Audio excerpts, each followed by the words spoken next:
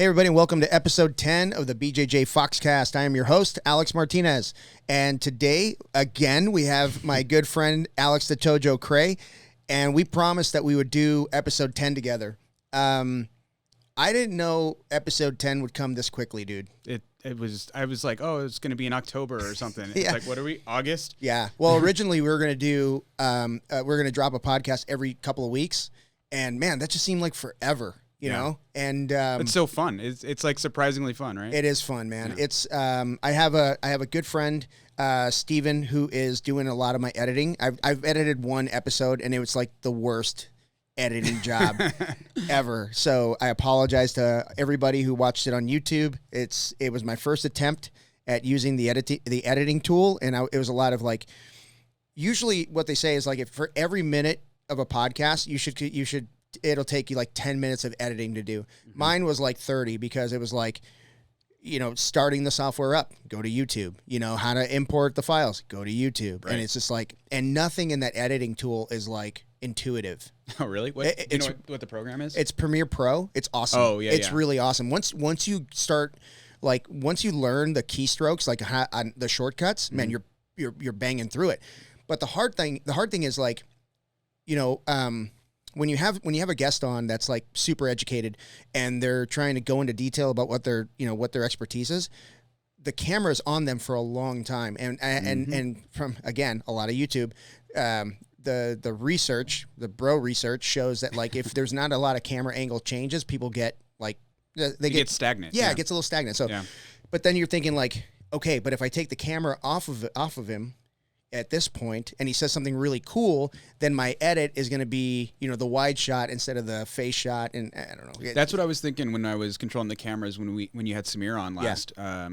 It was kind of like, you asked him a question, and it was like a history question, right? So he had to kind of go through the whole process of, whatever it was, his purple belt experience or whatever it was, and I'm like, damn, that was like 15 minutes of just looking at Samir. And it was great, though. Yeah, it's good information, and it's great, but I could totally tell, I was, like, thinking about how, it would be nice is to kind of, like, see, like, this is stuff you have to think about when you're editing is, like, sometimes you want to see someone else's reaction to what's being said to kind of, like, kind of cue, it's not to, like, kind of, like, to kind of cue you, I guess, to, like, on how to, like, how you should feel, like, oh, this is actually pretty, like, amazing stuff that you're listening to. Yeah. Not that, like, people need to be told what to think, but like it kind of like helps immerse your audience, I think, into that experience. Yeah, and anytime you're watching, like, obviously I watch a lot of YouTube just kind of researching on how to do this, but anytime I'm watching like the one of the videos that I want to do is a reaction show. I want to do a reaction like ADCC, like we'll talk about ADCC. Oh, I thought you meant like a Faces of Death type thing. Nah. But being able to show like reaction to videos to certain moves or whatever, and yeah, when you see someone's reaction to it, like, oh crap, that was pretty awesome, you know, and I think so. I do agree with that. I think showing somebody's reaction to what's being said is a great thing too. Yeah, but if the person's dropping some awesome stuff on you, you don't want to take the camera off of them. Sure. So there's a little bit of a balance there. Well, that's why you have the split camera is good for that. Yep. Because you can kind of like get both people. Like you get, in this case, Samir talking, and then you kind of like listening and being like. Yeah. And people who only listen to the podcast could care less, right. Which is kind of cool too. But I watch a lot of videos, so I'm really I like the YouTube aspect of the podcast. Couldn't care less. Couldn't care less. Because if you could care less, it means there's less. You're more right. or less care to care. Yeah. Weren't we just talking about crapping on people's grammar earlier? Yeah, so I just fell into that. Yeah. I guess we all have something to learn. Anyway, so tell me about this bottle that you brought. Oh, yeah. Well, first of all, happy 10. Happy 10, brother. Yeah, yes, 10 thank episodes. You. Like you said, that came really so quick. Fast. I feel it was like a couple weeks ago that we were doing the first one. Like, that wasn't long at all. June. Wasn't it? Early June? May? All I know, it was hot as hell in here. Then, God, we have these fans in here. Yeah. Makes a big surprised. Well, surprised. Everything's different now, except for the exception of maybe the microphones. Yeah. Everything's different. We were sitting in folding chairs, and I didn't tell Amy that I bought these chairs, so we'll see how she reacts to it. We'll get a reaction video from the chairs. Perfect. All right. So I picked this up today. This is a Stag Junior, Kentucky Straight Bourbon whiskey. So Stagg, or George T. Stagg, was like the person who started or built Buffalo Trace. A lot of people are familiar with Buffalo Trace. A lot of people don't realize that Buffalo Trace Distillery has a lot of different products, like Weller products, E.H. Taylor's, et cetera, et cetera. Yeah. So this was kind of this branch of their offerings was kind of like built to kind of like as like an ode to that person. So Stag Jr. They do these small batches, and they're numbered. So there's batch 1, batch 2, batch 3. This is batch 15. This is their most recent one. Wow. Well, they're colloquially batched, but so each batch is different.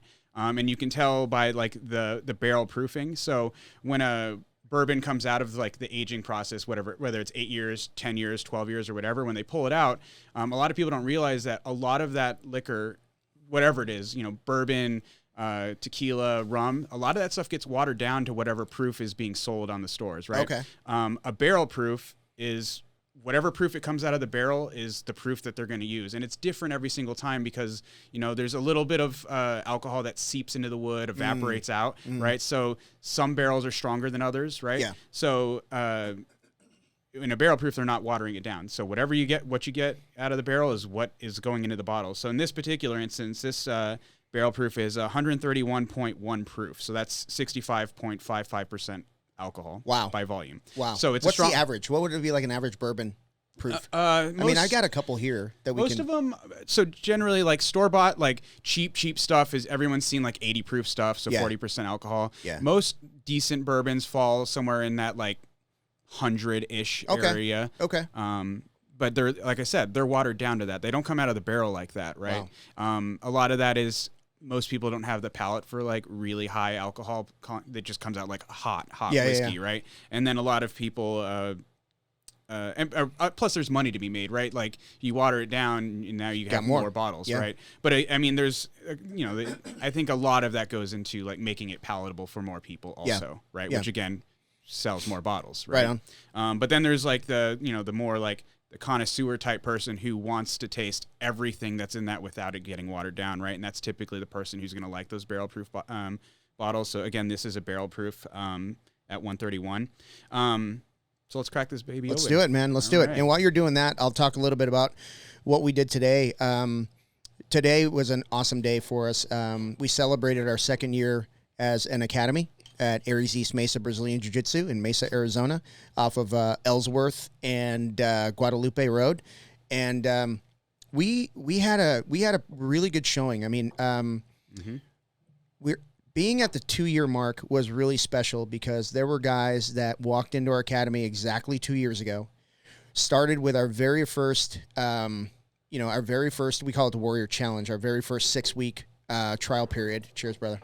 Salute. Oh, that's good. That's tasty. Stag Jr. is one of my favorites. Yeah, that's tasty. Got a lot of flavor. Yeah, and putting on a blue belt earning your blue belt's really hard. It's really hard. I mean, for most people, they really haven't done the same thing for 2 years ever in their life. Right. That's why I think that I know that's why a lot of people leave. It's like their first big real accomplishment, and they're like, okay, I accomplished something.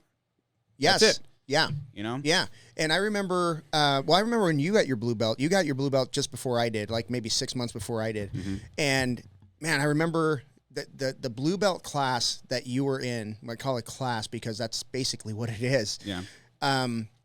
You had guys that had won pans at white belt, had maybe extended their white belt run just a little bit, just because they wanted to go to pans and win it, Yep. And, some pretty tough guys.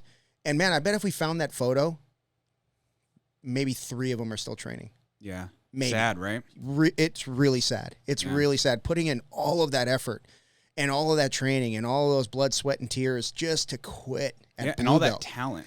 All that talent, yeah. The one that like I feel like really got away from like the school was Janine. You remember Janine? Yeah, man. Little of Janine course. was a murder. For those who haven't been around, so Janine was one of our like I don't know what it is in women's. It's basically the rooster weight for women. She was like 110 pounds soaking wet, like tiny girl, but like was a murderer. She was game. She'd fight everybody. Yep. Right. And she was really, really good.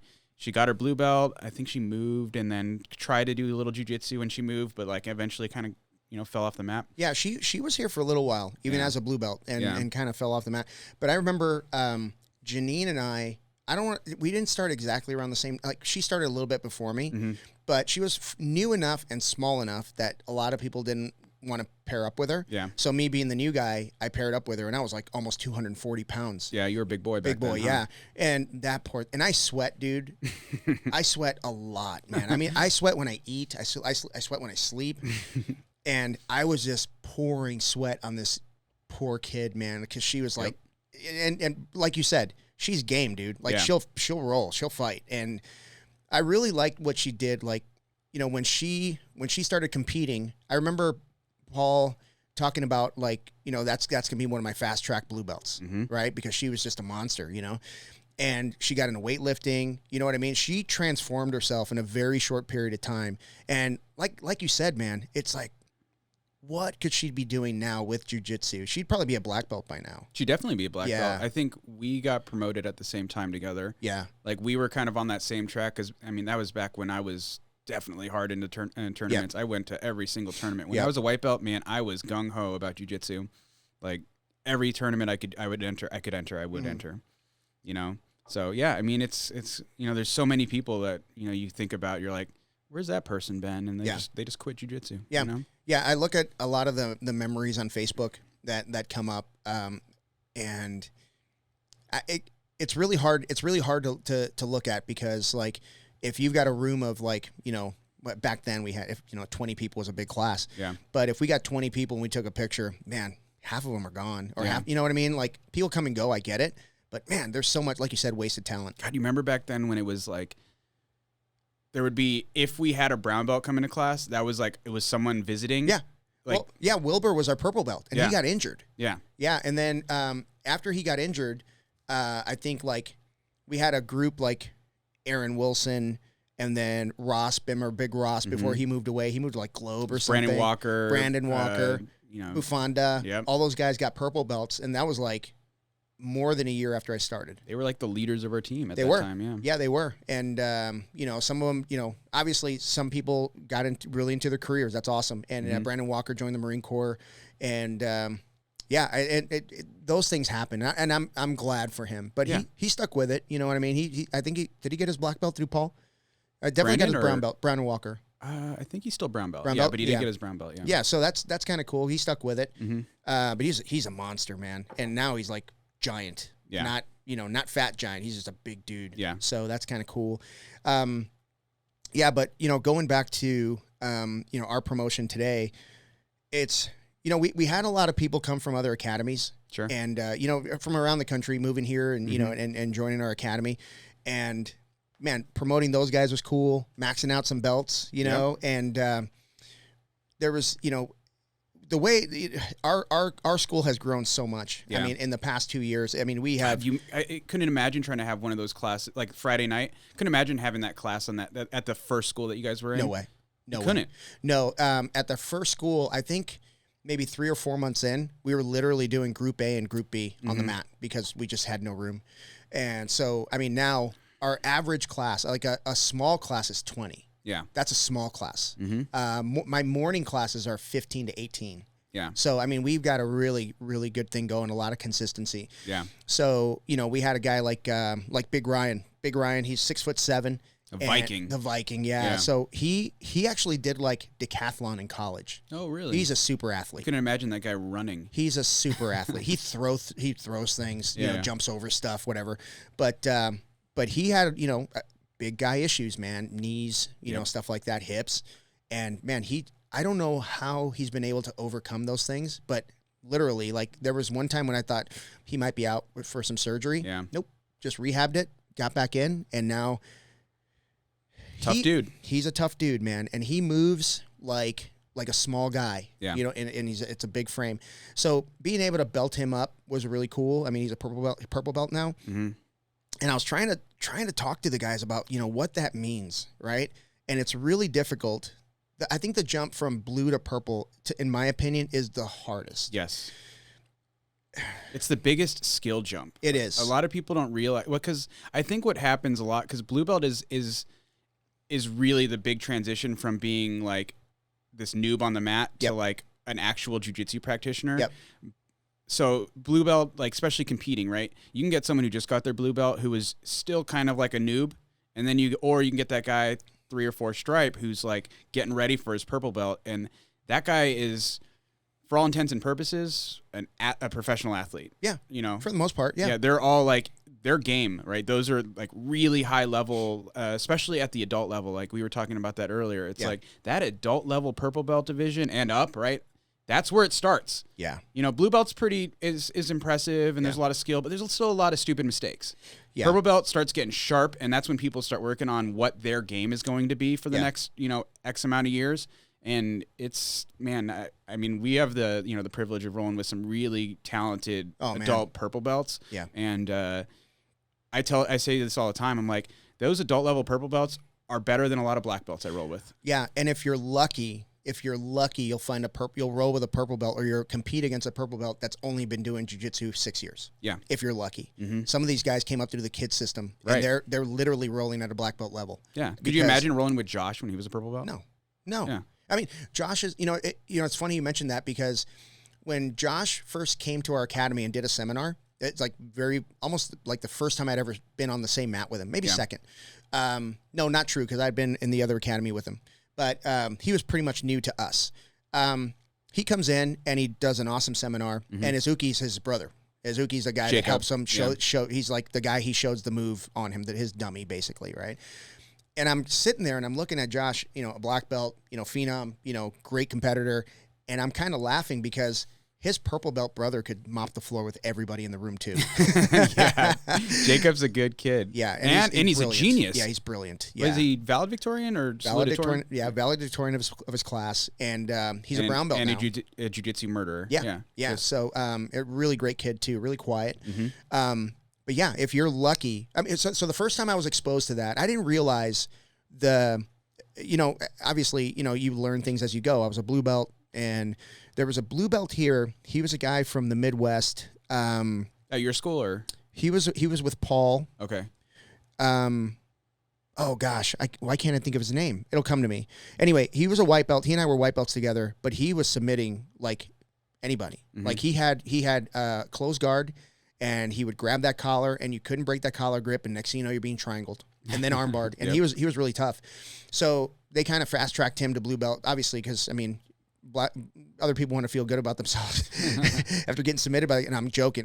No, he really deserved getting. I mean, he was at that level, right? Yeah. So then he goes to, I think it was like, oh gosh, I want to say like, it wasn't ADCC, but it was some sort of Abu Dhabi something in the gi.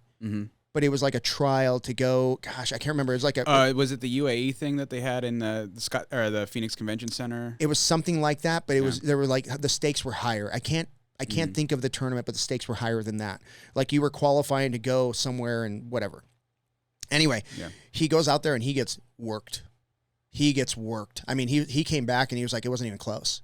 And I was like, well, what's the difference? He goes, well, the person that he lost to started training jiu-jitsu at 5 years old, got their blue belt on when they turned 15, because it's the year you turn 16, right? So after 15, they got their blue belt.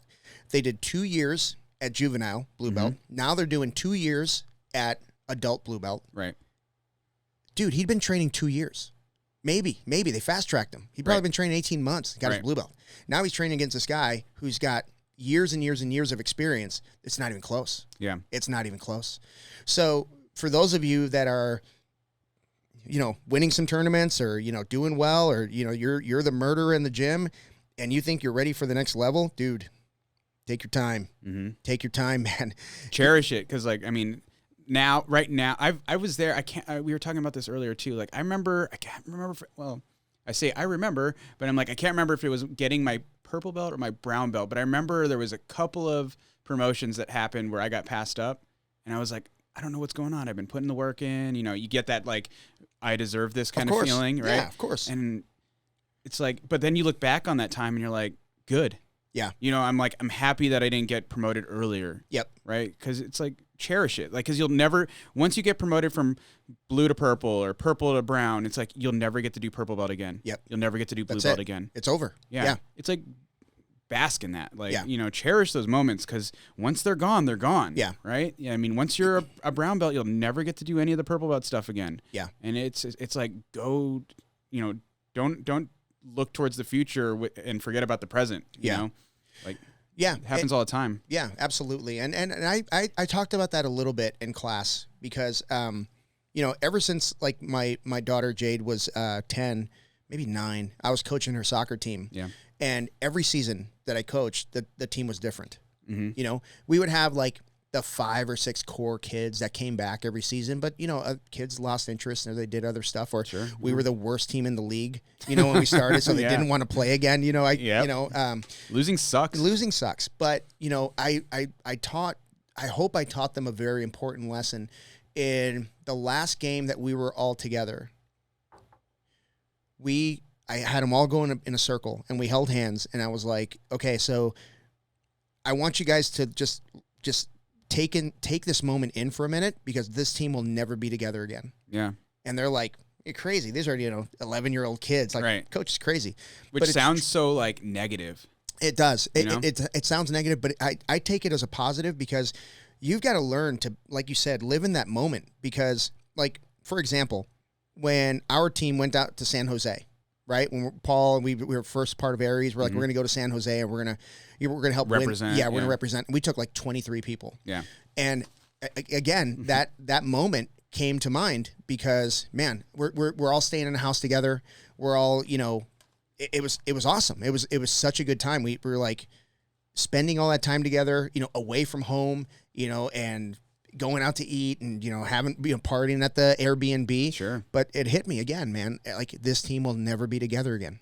And I mean, you know what, like always gets me is like the Vegas tournaments. Because like they had such a good thing going with that Vegas tournament, because they would do everything all on Saturday. Yep. Because they knew like everyone was they were there to compete, but like also want to enjoy Vegas a little bit. Yeah. Yeah. Right. And man, we had so much fun with like great. the whole team. People from other teams from Arizona would come hang out with us because they knew we were all about it. We were the party. We were the party school. Party school a little bit. Yeah. And man, we had so much fun. Those, you know, and it's like, we'll never have that again. And they've made it impossible now, because now the only tournament the only tournament I care about is Master Worlds. Right. And that used to be a tournament in and of itself. Well, now they have the Jiu Jitsu Con tournament, and now they have the Novice Cup tournament, and now they have the Kids Cup tournament. Almost watering it down a little bit. All in the same weekend. Yeah. So now it's like, okay, I just want to focus on Master Worlds. I want to win Master Worlds. Well, I can't, because I've got guys competing, you know, the day before. I've got guys competing the day after. I have to make sure they're okay, you know, because I've got that responsibility.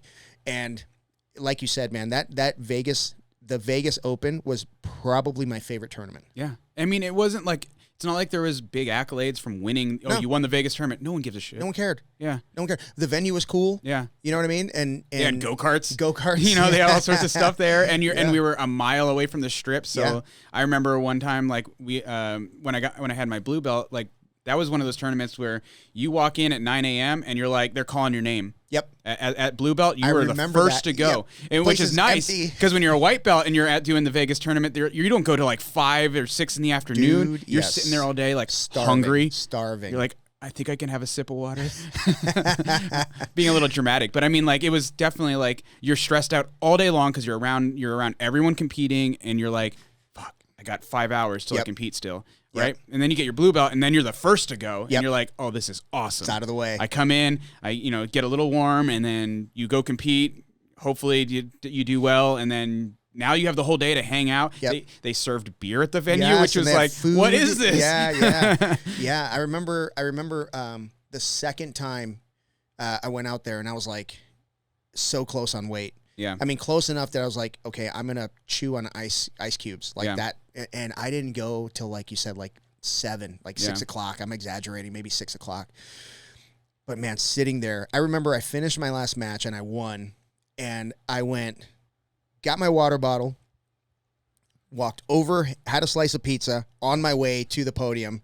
And dude, I was starving. Yep. I was starving. And then you basically dehydrated the entire day. Yep. You compete, so you're even more dehydrated. And then you're rushing to the hotel because you want to get out on the strip. And have fun. Yeah, and have fun. So Yeah. we got out on the strip like maybe 9:30 at night, something like that. And then Have Dave Blau drive us in the Mormon Mobile. Yes. Dave Blau was our driver. That Yeah. was awesome. All you had to do was give him hot dogs and Dr. Peppers. Yep. Yeah. He was happy. He stayed sober for the rest of us. Yeah. He bit that bullet. Yeah, man. Yeah. So, and going back to the promotion today, some of the lessons that I learned along the way was, again, be patient, but have goals. Yeah. Have goals. Mm-hmm. Like the thing is, like, whenever I was going, when I got my blue belt, obviously the next goal was, be a good blue belt. Right. Be a good blue belt and get yourself like ready for purple.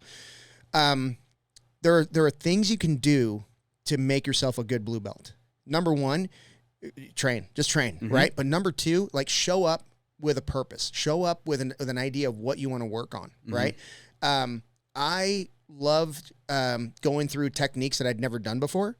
And, I have a really good ability of remembering like little details within the technique. Yeah. But a big mistake that people make, especially at white belt and early blue, is they learn a technique and they just move on.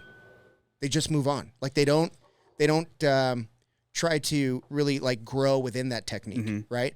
I rarely see people come into an open mat and just drill something. Yeah. That we've been working on. Well, the funny thing is, like, a lot of people, like, how they talk about like what should your main primary focus be at like each belt level, right? It's like when you're a white belt, it's obviously just shut up and absorb as much as you can. Run for your life. Let's be real. Blue belt is the exact same thing. Yeah. It's still shut up and listen. Yeah. Like, everyone has like, they have memes about it. The cringe meme where like the white belt's teaching another white belt kind of thing, right? Yeah. Which is like, at face value, it's like, yeah, a 4-stripe white belt is going to be able to help a brand new person, right? Yeah. But it's still like kind of that like kind of joke that like you don't know enough to be teaching, but it's not teaching, right? It's kind of just directing a little bit. Yeah, and you're helping, but as soon as the instructor comes by, it's time to shut up. Yeah. Yeah, you're no longer helping. Yeah.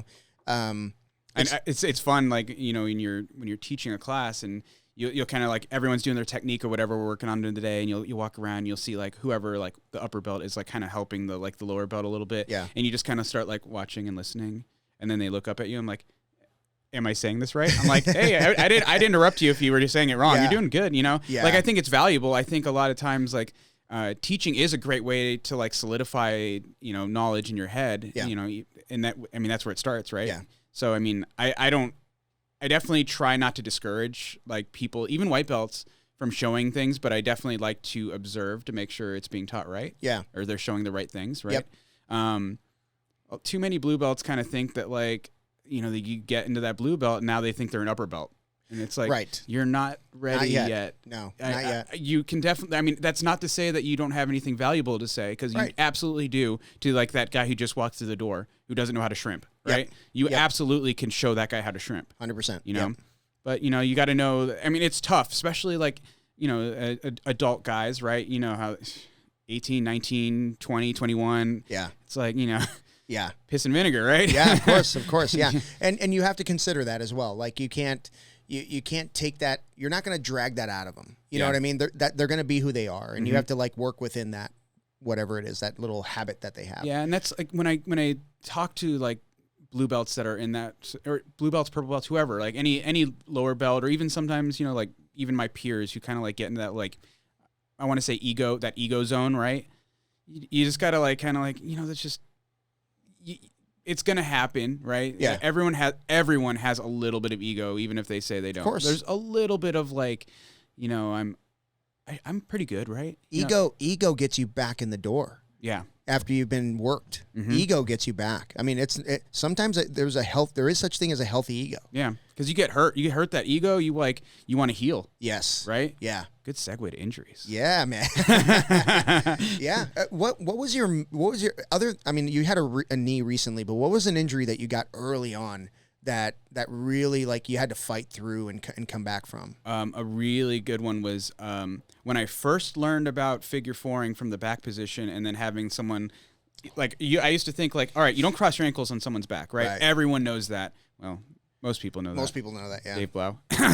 Just kidding. Hey, say what you want, man. Shots fired. He had a really high level black belt's back. I know. No shit. Which, like you said, people forget about that. People forget about that. He was on part. his back. Yes, listen, how many times have you rolled with like a really, really good black belt and you gain position and you're like, oh my God. I have never been on Q's back. No, never. No, ever. But I mean, like, let's just say you're actually like being able to accomplish something. Mm-hmm. And dude, I guarantee you'll geek out. You'll be like, oh my God, this is awesome, right? Like if you like sweep Josh, not to say that I ever have. Don't listen, Josh. You're not listening. I hope Josh isn't listening because he's going to kill you. He's going to kill me either way. That's true. Let's just talk shit about Josh. But like, yeah, if you like sweep him, you're like, hell yeah. I didn't win that round. I still totally got submitted 10 times, but it's still like, I got that 1 point. Yeah. You know, or whatever. Yeah. But so what happened with the you did a body lock? Oh yeah. So so I was we were talking about mentors. One of my mentors when I was I think I was probably a white belt, maybe a blue belt, and I had his back, and I was like not going to cross my ankles, but I was able to figure four him, and he locked up my top leg and then arched his hips and my ankle popped. No. Yeah. And that was when I realized that you could totally... No, he was like, yeah, you fucking deserve that. You'll never do that again. You know, like the best way to learn not to do something is just to get hurt doing it. Yeah. But it was like, it popped and I was like... ankle pops are different, right? Ankle pops, I feel like they pop, they're sore for a month or so, but they're not like serious. No, they're not career ending by any means. Yeah, but it definitely like hurt. It was like I couldn't run on it. Yeah. You know, all that kind of stuff. Was the foot purple? No, I never bruised. Okay. No. Or at least not that I remember. Okay. But I definitely like learned a lesson that day. And I think that's like primarily like that's what everyone should get out of their injuries. It's like injuries don't happen in a void. Right. You know, there's always like some sort of cause. Yep. You know, it's like overtraining is a really common overlook, especially in jiu-jitsu. Everyone's like, you need to be in the gym every day. Not true. Not true. Or if you're in every day, you need to have days where you're just doing light stuff. Yeah. Right. Yeah. Active recovery is good. Active recovery. Right. But yeah, I definitely learned. It's like, oh, in that position, you can definitely get submitted from it. And I mean, you just kind of like, you kind of work around it. Like ankles are, like I said, ankles are kind of easy, right? Yeah. Because you can just play guard and like keep the ankle like in a different position. Like, but I mean, so long ago, I don't even remember like how that would have gone. But like, you know, if I had like the body awareness to even do that, like I think about it kind of like now, like if I'm rolling with someone who I know has like a knee injury or an ankle injury, like my awareness of like I like to say jiu-jitsu IQ now compared to what it was then is like I can sweep somebody in a way that would protect their knee or whatever, right? Yeah. You know how to like roll with people with injuries, right? Because you've been doing it for 10 years or whatever. But at the time, you know, it's just like I don't know if I had that IQ to do that, but I mean, it's something you need to be aware of, you know? Yeah. And I don't think necessarily like just don't train is necessarily the answer, right? Because in my opinion, I think you need to be as active as you possibly can that doesn't make your injury worse. Right, yeah. You know? Yeah. Because too many people are like, oh, I hurt my finger. I guess I need to sit on the couch for 2 months. Yeah, we talked about that today. Yeah. I mean, there's people like, you know, like one of the blue belts I promoted today, Corey. Mm-hmm. Corey has every reason to sit out. Every reason. No one would hold it against him.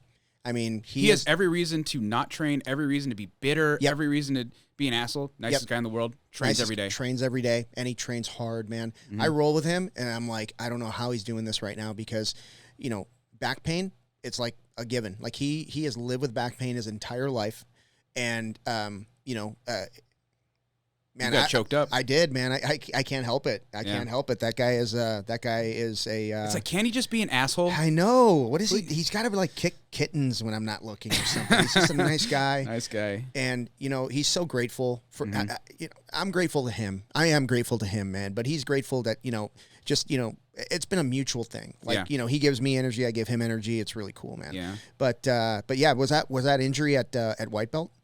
It was either white belt or blue belt. It was definitely like early on, like when I didn't know that was even there. Yeah. But then, like, I mean, the good thing that came out of that is like anytime I got body locked, I was like,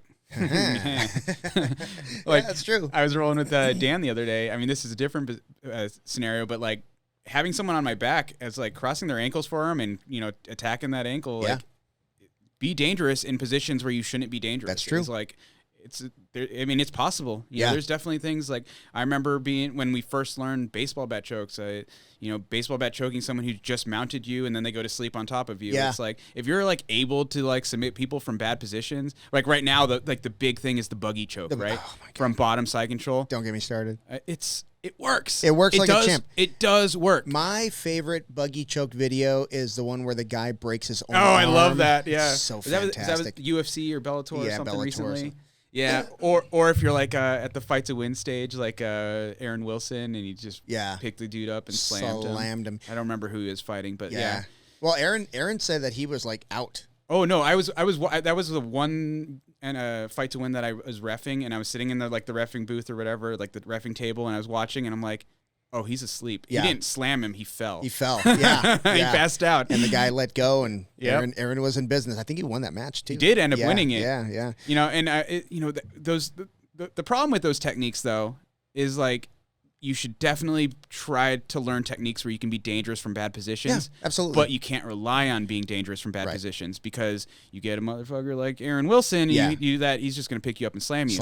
Or whatever. Yeah. There's definitely like ways to, mitigate the danger in those positions. And plus, like the buggy choke's a good example right now. Let's see.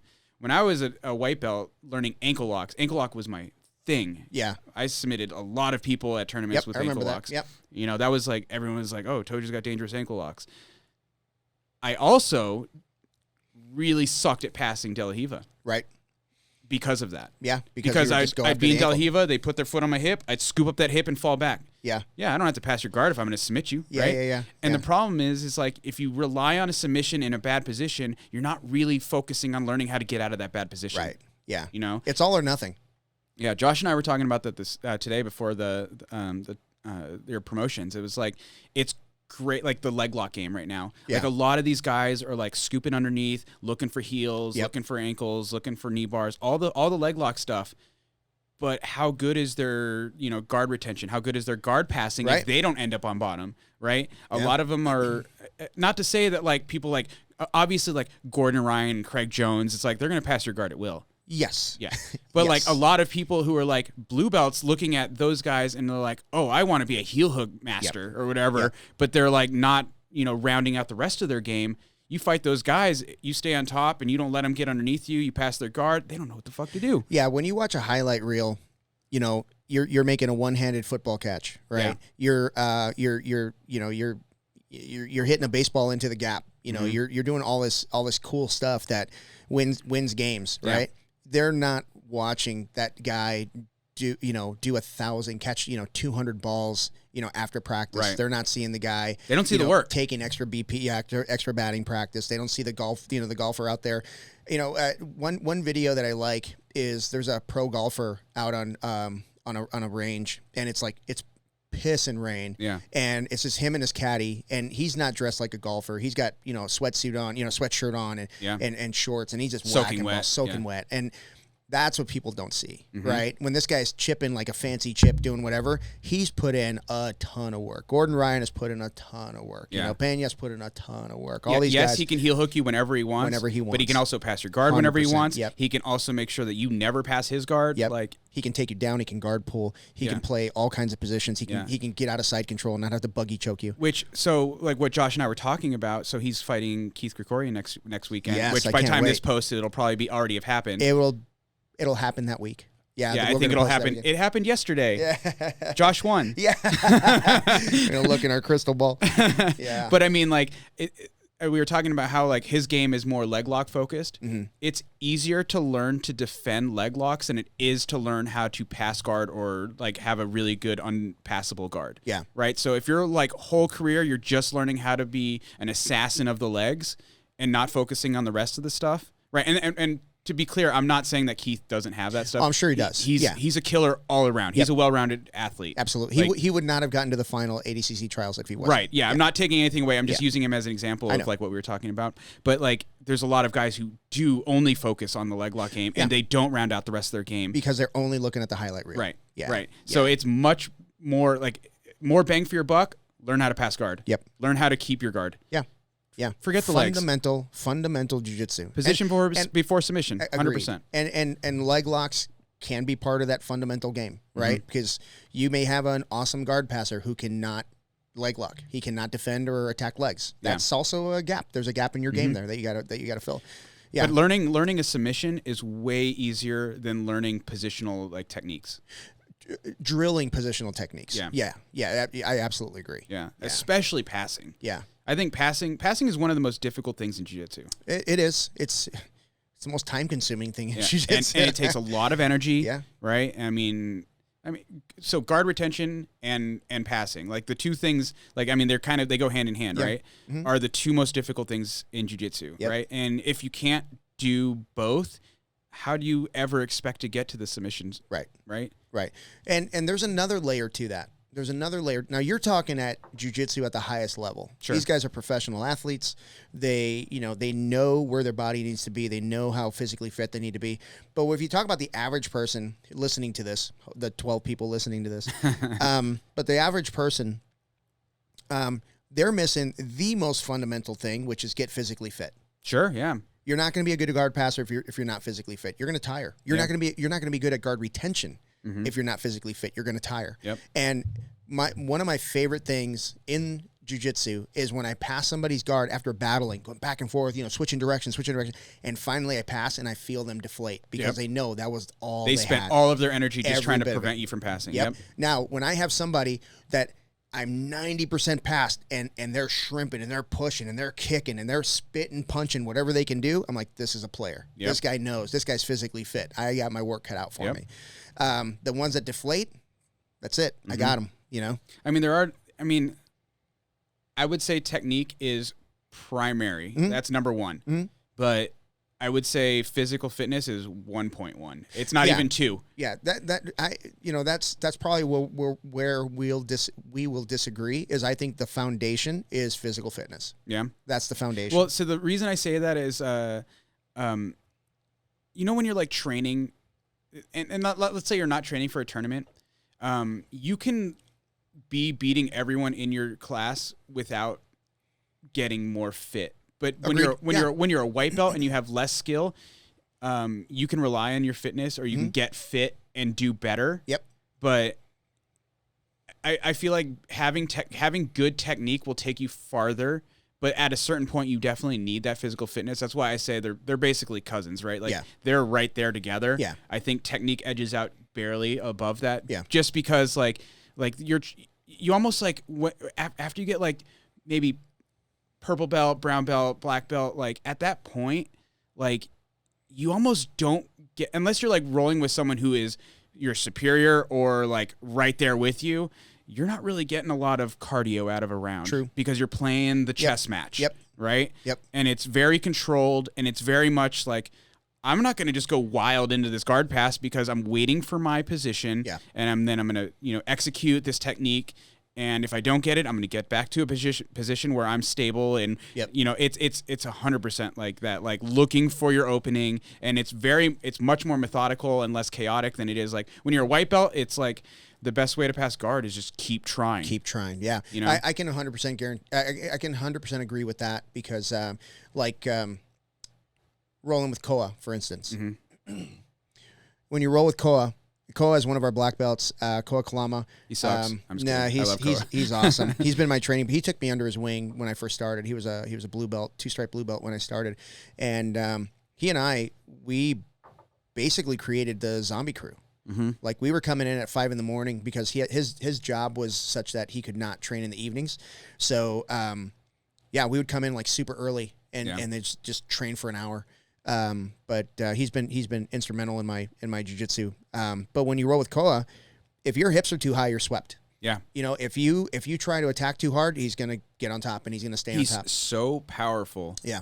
But he also knows how to use his power. Yeah, 100%. Like he's like, it's not like I talked about this earlier today at your promotions about how a lot of the guys that I've been rolling with over the past couple of years, again, congrats on the 2 years. It's freaking awesome. Thank you, man. Thank you. A lot of these guys, I remember when they first started, like even like not necessarily like the white belts that started with you, but like the people who kind of like rolled in from other schools, like blue belts and, or maybe like a more experienced white belt or whatever. You'd roll with them and you could tell that they were relying on their strength or their athleticism or whatever. Yep. And they had some technique, but they weren't that great. Or maybe they were good, but they just were a little like rough around the edges. Like I was talking to Jerry about this today. I was like, when I said that, he was exactly who I was talking to, and I told him this. I was like, when you first came over to AEM, I was like, Jerry's good, he's strong, and he relies on his strength a lot. He's kind of more of a brute force athlete. Yep. But now he's a brute force athlete with a lot of skill. And he and I had a lot of conversations about that. Yeah. I told him, you rely a lot on your speed from the outside. Mm-hmm. Okay. You're relying a lot on your speed pass.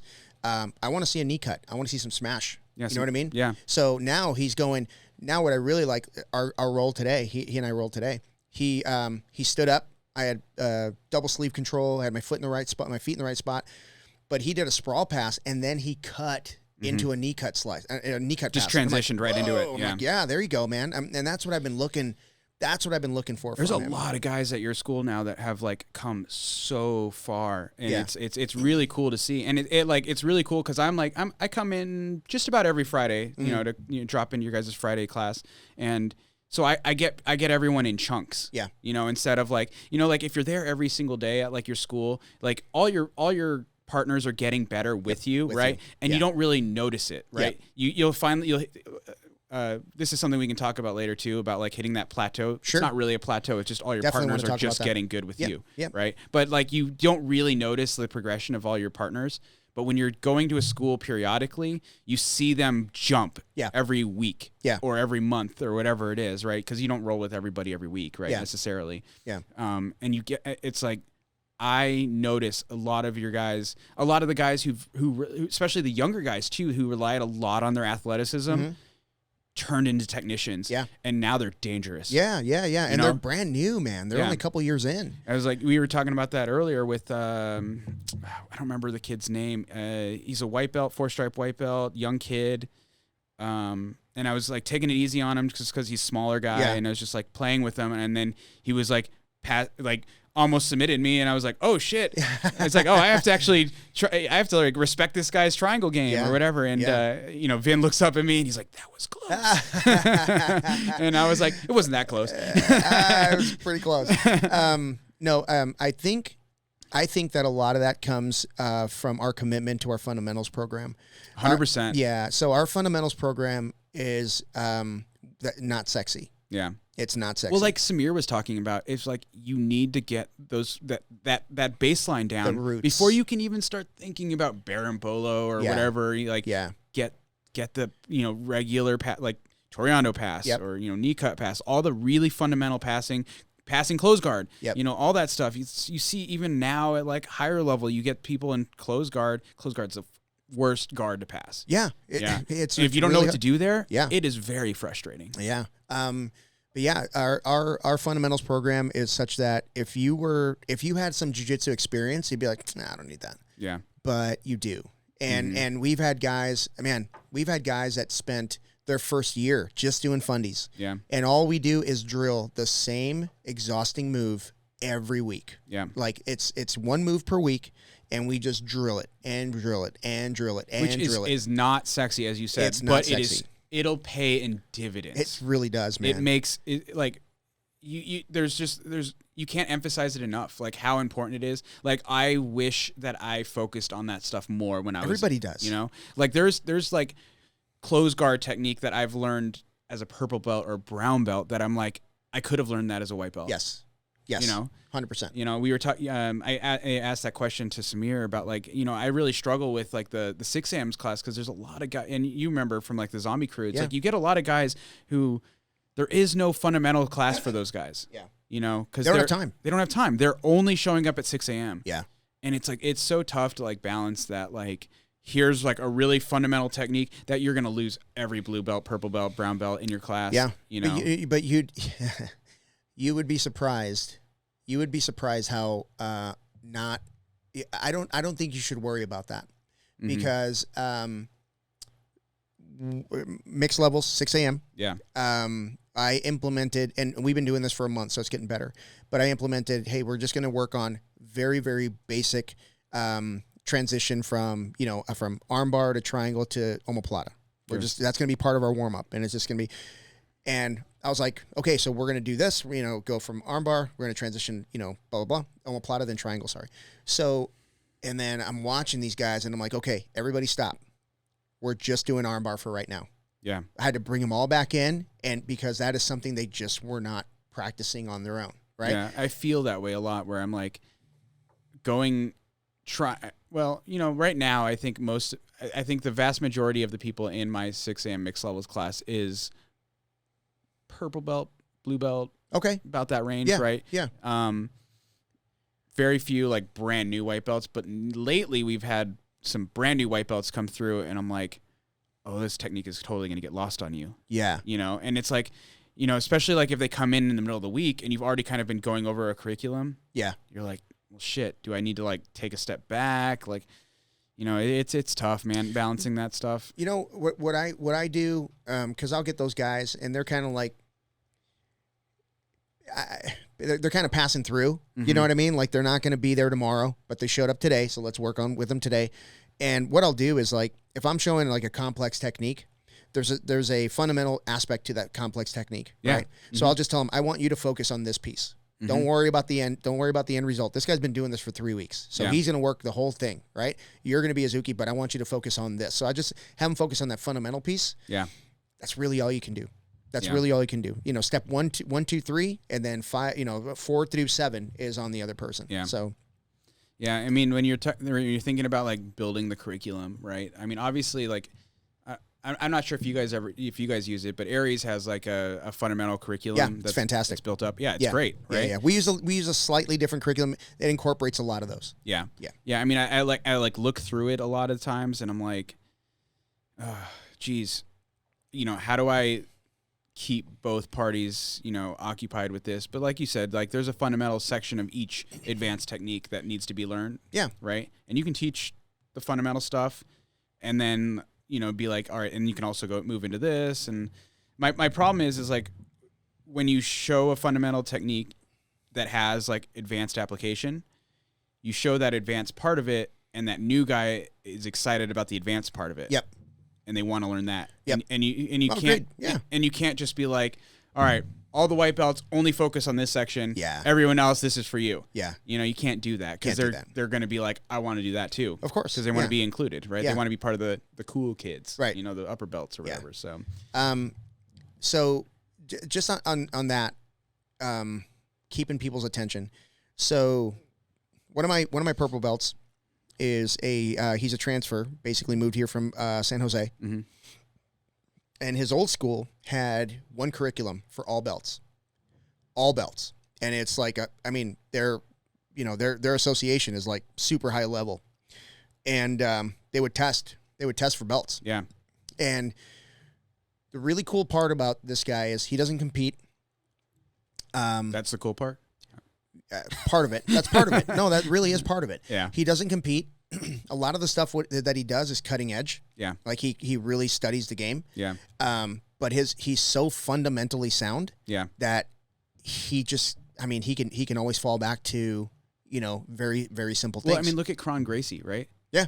It's like, the reality is you cannot be too good at the fundamentals. You can't. And you're not too good for fundamentals. Right. Ever, man. Yeah, ever. So that's a good point. Yeah.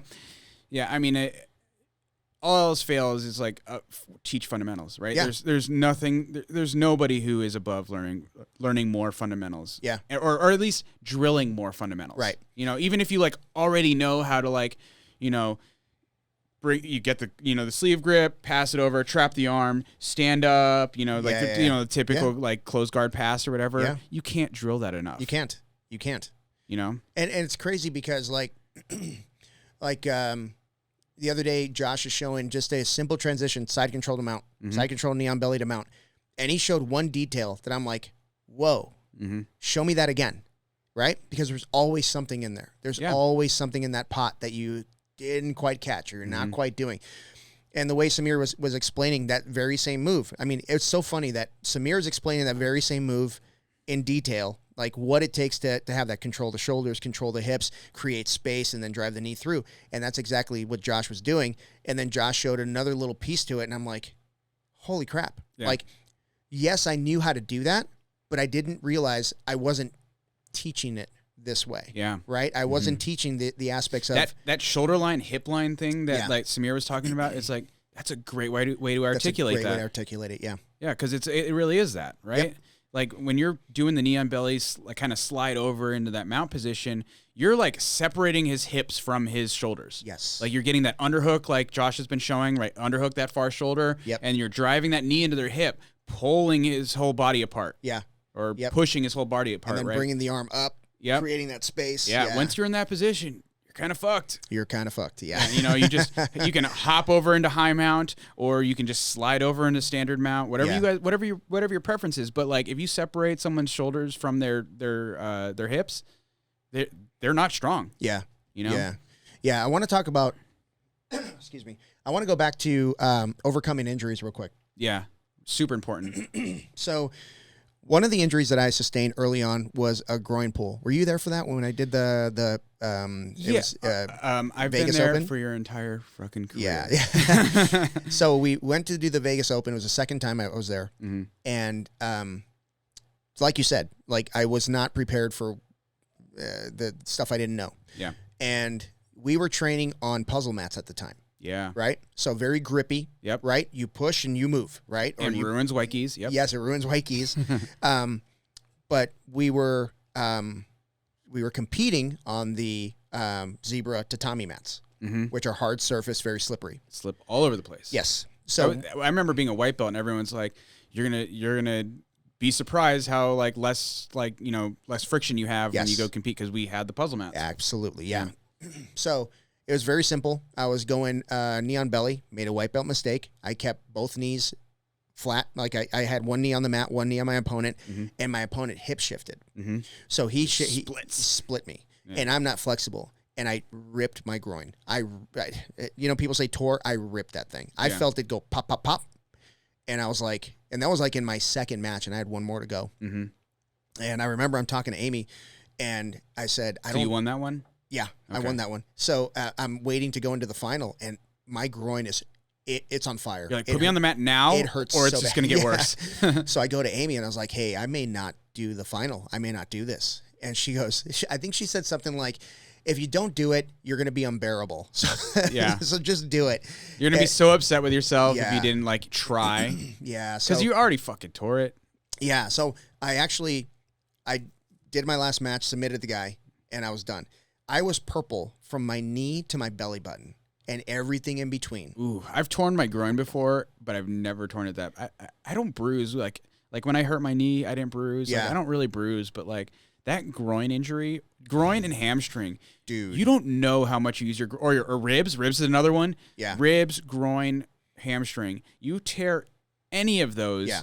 You will realize how often in standard life, like when you're just going to the bathroom. Yep. You don't realize how often you use those muscle grips. Getting out of the car. Yeah. That was hell. Getting out of the car was hell. It's so bad. Yeah. We let's see.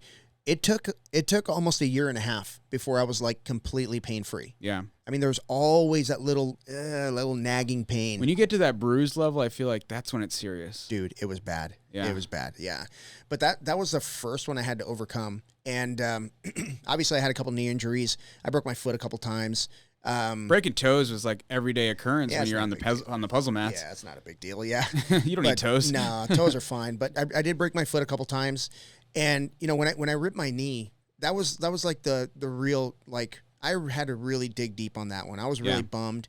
I knew I was going to be off the mat for a while, it sucks. And I was You didn't have to have surgery, right? Yeah. Well, the first one, no, that was a partial tear. My second one, yes, I had I had a bucket meniscus, handle, right? Yeah, bucket handle meniscus tear. I could not extend my leg completely. I couldn't retract. It was all swollen. So the doc's like, yeah, we got to go in and unfold it and sew it if we can or whatever. But I had enough tissue that we were able to salvage most of the meniscus. Yeah. But yeah, man, I really changed my mindset when it came to that. Like, I wasn't feeling sorry for myself. I felt sorry for myself for a little bit. Yeah. But, one thing I told myself is, like, I'm going to be excited about who I'm going to be after this knee injury. Yeah. You can go two directions with a knee injury. You can go, like, never come back, right? Which you see a lot. A lot. Guys just won't rehab it. Yeah. How many people do you know who've gotten hurt in jiu-jitsu and just left? Tons. Lots of them. Tons of people. I mean, because getting hurt sucks, man. And then coming back as a colored belt, out of shape, after surgery. I don't want to, like, take away from a lot of those people, because those serious injuries, like, let's be real, a lot of people can't afford to get that shit fixed. True. Yeah. Or they come to the realization, like, dude, I'm a software guy. I'm not a professional athlete. Like, I don't have to this come isn't back my to life. It. Yeah. No, I mean, like, I don't want to take away from those people, because, like, jiu-jitsu is kind of our life, but like, if it came down to, like, I am going to live out of my car or quit jiu-jitsu, I think I'll probably have to quit jiu-jitsu. I'm probably on the verge of living out of my car, but but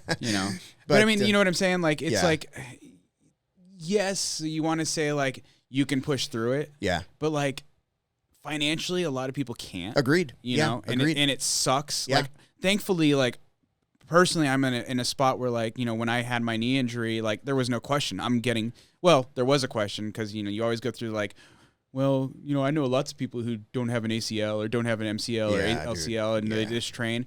It's like, yeah, but the LCL, MCL, ACL, all those ligaments are there for a reason. Yeah, they're important. Yeah. So, but I mean, it wasn't like, oh no, I'm gonna be in debt for the rest of my life. Right. It was like, I can afford it, I just don't want to pay for it. Yeah. And it's like, if you're in that spot, you're in a super privileged spot, right? So, but not everyone can. Agreed. And you see it with the young athletes, right, who don't have their career established yet, and it's like, this could kind of ruin a lot of people's lives. Not necessarily talking about jiu-jitsu, but, like, getting a knee surgery is not cheap, man. It's not cheap. Getting any surgery is not cheap, dude. Yeah, and honestly, like, if you're a novice, if you're not doing this for a living, right?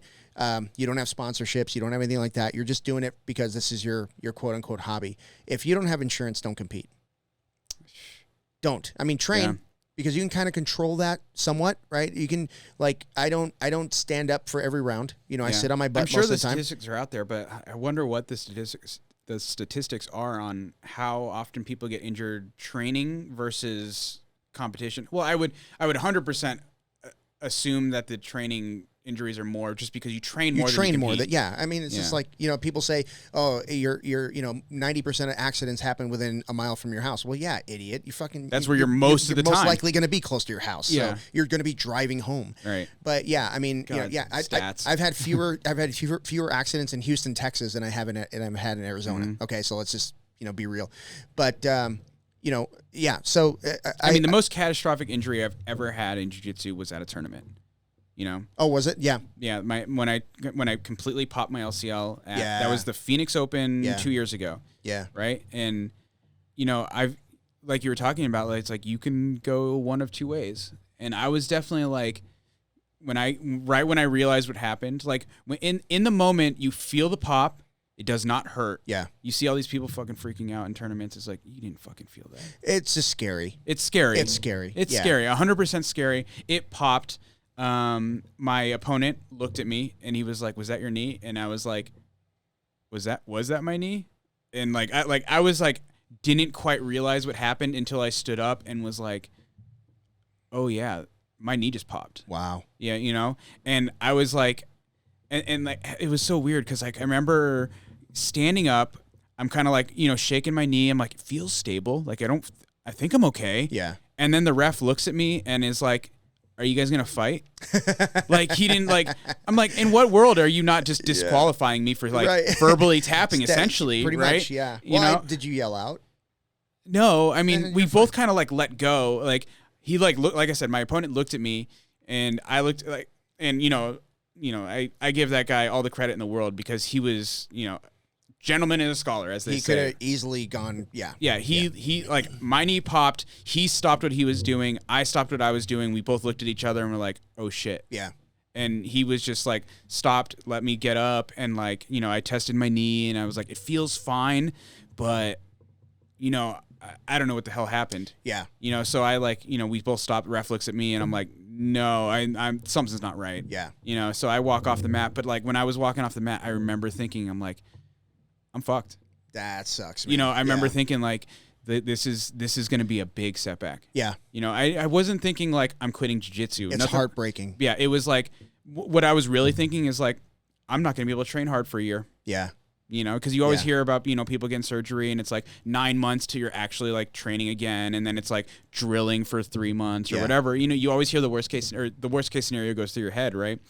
And I remember thinking like, oh, I'm so screwed. Yeah. I immediately go to like they didn't even like call like the medic over or whatever. I just like walked off the mat. I remember Kelsey looking at me and I was just like, I couldn't even talk to her. Yeah. I just walked right past her and went straight to the medic. I'm like, put ice on it. I left the building. I like walked around the building and was just like, I'm like, I can walk on it, you know, trying to convince myself that I wasn't hurt. Yeah. Yeah. You know?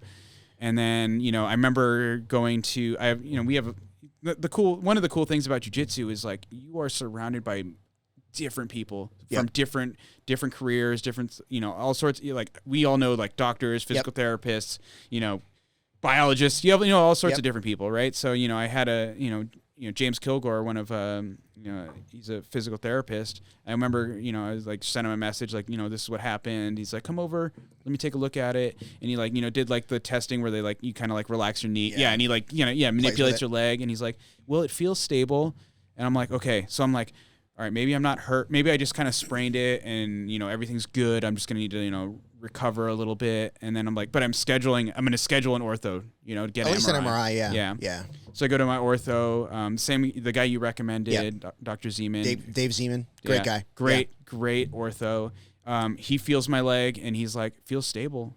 Nice. Yeah. You know, and like the reality is like, you know, I was fat when I was a kid. So I got like strong legs, you know, for my size. And so I'm like, you know, maybe just like I have at the time I was just like, you know, maybe I'm just fine. Yeah. But it like, you know, kind of turned out that like, oh, I just have like really stable knees because of like all the musculature. But he thought the same thing. He was like, no, I feel resistance all the directions that there should be, you know, resistance, but let's do the MRI. He thought it was my meniscus. He's like, oh, you probably just popped your meniscus and, you know, possibly just rehab, possibly maybe a little bit of like minor surgery, you know, nothing too serious. And we go to the MRI. I'm like, you know, all things normal. I get those results. Like they post it on your, like, you have like an online profile through the, Simon Medical or whatever the heck it is. And I saw like, oh, my results are posted, and you get to see like the MRI tech's notes or the doctor's notes from the MRI or whatever. And they're like, complete tear of your LCL. And I'm like, oh shit, my heart just sunk. Yeah. I'm like, I had a doctor and a physical therapist both tell me that like, oh, your leg feels stable. Yeah. You know, and who knows? I mean, I might have been guarding, you know, resisting. Yeah. Maybe. You know. Yeah. You know, I think part of it is we can't help but react. Yeah. You know, when somebody says relax your arm, it is relax. No, it's not. You know what I mean? It may be like a jiu-jitsu thing where you're like, or maybe just a human nature thing. Like you kind of naturally relax. Especially when there's an injury. Yes. You know? Yeah, your body is going to protect itself at all costs, right? But, you know, let's say, you know, let's barring any financial issues, insurance issues, anything like that. I always tell people, be excited about who you're going to be after this injury. Yeah. Second is you never know who's watching. Someone watched you rehab and thought to themselves, I can do that. Mm-hmm. Right? Someone watched me rehab and said, I can do that because we've done it. Well, I want to bring this up. So I went to, you know, I bit the bullet. I'm like, well, there was like that split second where I was like, maybe I don't need surgery. Aaron Wilson of all people talked me into getting surgery. I talked to Aaron. I was like, maybe, because I was like thinking like, there's people that I know in the community who like have like ligament tears who are like, I can't afford it. So they said, fuck it. And they're still like high level, you know, athletes or whatever. And I talked to Aaron and I was like, dude, what do you think? I'm like, do I really need my LCL? And he's like, it's there for a reason. And he said that. And I was like, he's fucking right. He's fucking right. You know? Yeah. So I'm like, all right. Yeah. And so, you know, I basically, you know, schedule, you know, I called the schedule, you know, the surgeon or the scheduler at, you know, Dr. Zeman's office. And I was like, all right, let's do it as soon as possible. Yeah. You know, get it on the books.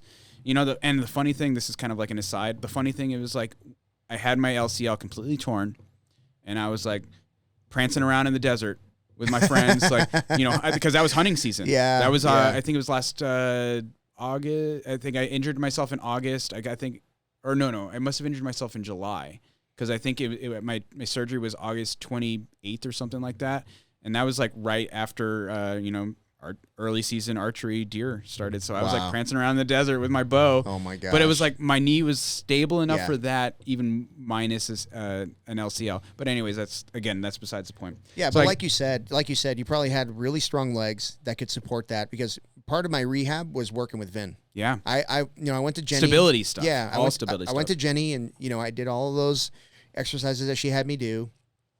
And, you know, O's physical fitness or physical therapy is not there anymore. Mm-hmm. But, yeah, I went to them. They did a great job. You know, they taught me a lot of things. And then I would go to Vin and be like, hey, the cool thing about working with Vin or any trainer is you could say, hey, this exact spot hurts. Yeah. And they know enough about the body to be like, okay, this is how we're going to rehab that part. And we rehab the hell out of this knee, man. Yeah. We, you know, through weightlifting, stuff like that. Because you partially tore your LCL, right? Yeah, partial tear in the LCL, and then the meniscus was a bucket handle tear. Yeah. So then I had some arthritis and stuff like that they cleaned up, which was great. My knee feels great now. Yeah. So going through the rehab process was great. I was back on the mat pretty quick because I rehabbed the hell out of it. I think a lot of people kind of fall short on that. They think how I thought when I came off the mat, where I was like, this is going to be a year of my life. Be a year, yeah. Right? And let's not get it twisted. Sometimes you have an injury that is that bad. Yeah. Right? Yeah. But you putting off going and seeing a doctor or going to get that MRI or putting off the surgery, you're just pushing that deadline. Whatever it is, if it's 2 months or 2 years, you're pushing that farther and farther the longer you wait. An ACL is basically 9 months post-surgery. Yeah. So if you postpone surgery, that's just adding time. I mean, they got to go deep for that shit. Yeah. They got to cut you open. But I really want to get to this. So yeah, I have my surgery. Surgery goes great. I mean, I have like the best case scenario for a full rupture. Yeah. It tears right at the bone. Yeah. So all he's really doing is like creating an anchor on my femur and pulling the existing ligament, reattaching it, and then healing and then rehabbing, right? Nice. Yeah. So I had best case scenario. So I don't want anybody to think that like, oh, I tore my LCL, it's going to be quick. It might not be for you. You know, like everyone's going to be different. Everyone's injury is different, right? Yeah. I was lucky. I got lucky, right? As far as like, all things considered, I was lucky, right? But I mean, I was like, when I came out of surgery, first week, fucking sucked. Yeah. There's no getting around it. Nope. It was that first day, I remember just being in pain that whole day. Like the only I don't know what people, like everyone who's listening's like opinion is on marijuana. It fucking helped. Yeah. Like, I had oxycodone and it kind of helped, but nothing helped better than like being high took the edge off of that pain. So by using the cannabis, did you not use the oxycodone while you were on the cannabis, or did you use it in conjunction? I used it less. Less, okay. Yeah, okay. I was definitely using it less because it's just like, I don't even know how much, like I almost feel like I was just kind of taking the oxycodone because I had it. Yeah. But the cannabis like definitely helped a lot. And like, I know a lot of people are like, oh, it's a drug. Yeah, guess what? So is oxycodone. Yeah. Yeah. You know? By the way, one of them's addictive, the other one's not. Yeah. You know, and like, I don't see the reason. It's not like I can, like, for me, it was my right knee. So it's like, it's not like I'm like, I could drive technically, but it was like, driving sucked. Yeah. You know, with that part of my leg kind of like messed up. And I was like in a boot, you know, and all that kind of stuff. I mean, this isn't like a, let's all do cannabis thing. But like, I hear you. I would just like, for people who were like maybe on the fence about marijuana, give it a try for that. Trust me, it definitely helped. Like, and it's so much better. Like I work in the pharmacy industry, and like I especially when I worked retail. I don't work retail anymore, but like, you see so many people who are hooked on oxycodone. Like they're not in pain anymore. They're addicted. Yeah. When I came out of surgery, and you get your prescriptions and you go get them filled. I think I paid $14 for my antibiotic, and I paid $6 for. Gosh, man, it was like $6 for like 30 oxycodone. Yeah. $6. I mean, it's been around for so long. It's cheap as fuck. And, the thing for me was, I watch all these shows, like, I watch all these shows about people getting hooked on those and, the big pharma and blah, blah, blah, blah. And I'm sitting there like, these bastards are not going to get me. Yeah. So I think I took one just to try it. Yeah. And it was like, I got loopy. My stomach felt weird. I couldn't eat. It was just not cool. That's so weird. Cause like, I was like, I don't remember the last time I was on like an opioid of any sort. Yeah. Right. So it was like, I was almost kind of like, oh, this will be fun. Kind of like a self-experiment. right. Yeah. I thought so too. Yeah. Cause like, I don't remember like, I think I had teeth pulled when I was like a kid, and I maybe was on Vicodin or something. Yeah. And I was like, but I don't remember that. So I was like, I was gonna like, it's just kind of like an experiment. I'm like, I don't remember feeling really anything from the oxycodone. Yeah. So I was like, why am I gonna even bother taking it? I was still in pain. Yeah. I just felt loopy. Yeah. So I took one, and then I flushed the rest. I got rid of them. And then just because big pharma, and you're not going to get me, you bastards. But Tylenol did the trick for me. Yeah. Ibuprofen. I was definitely on the 800s for a while. Yeah. I think for the first week I was on ibuprofen 800. But yeah, I mean, it was just like kind of rest. I mean, going back to like, so like, I think what's really important, we kind of alluded to this a little bit earlier.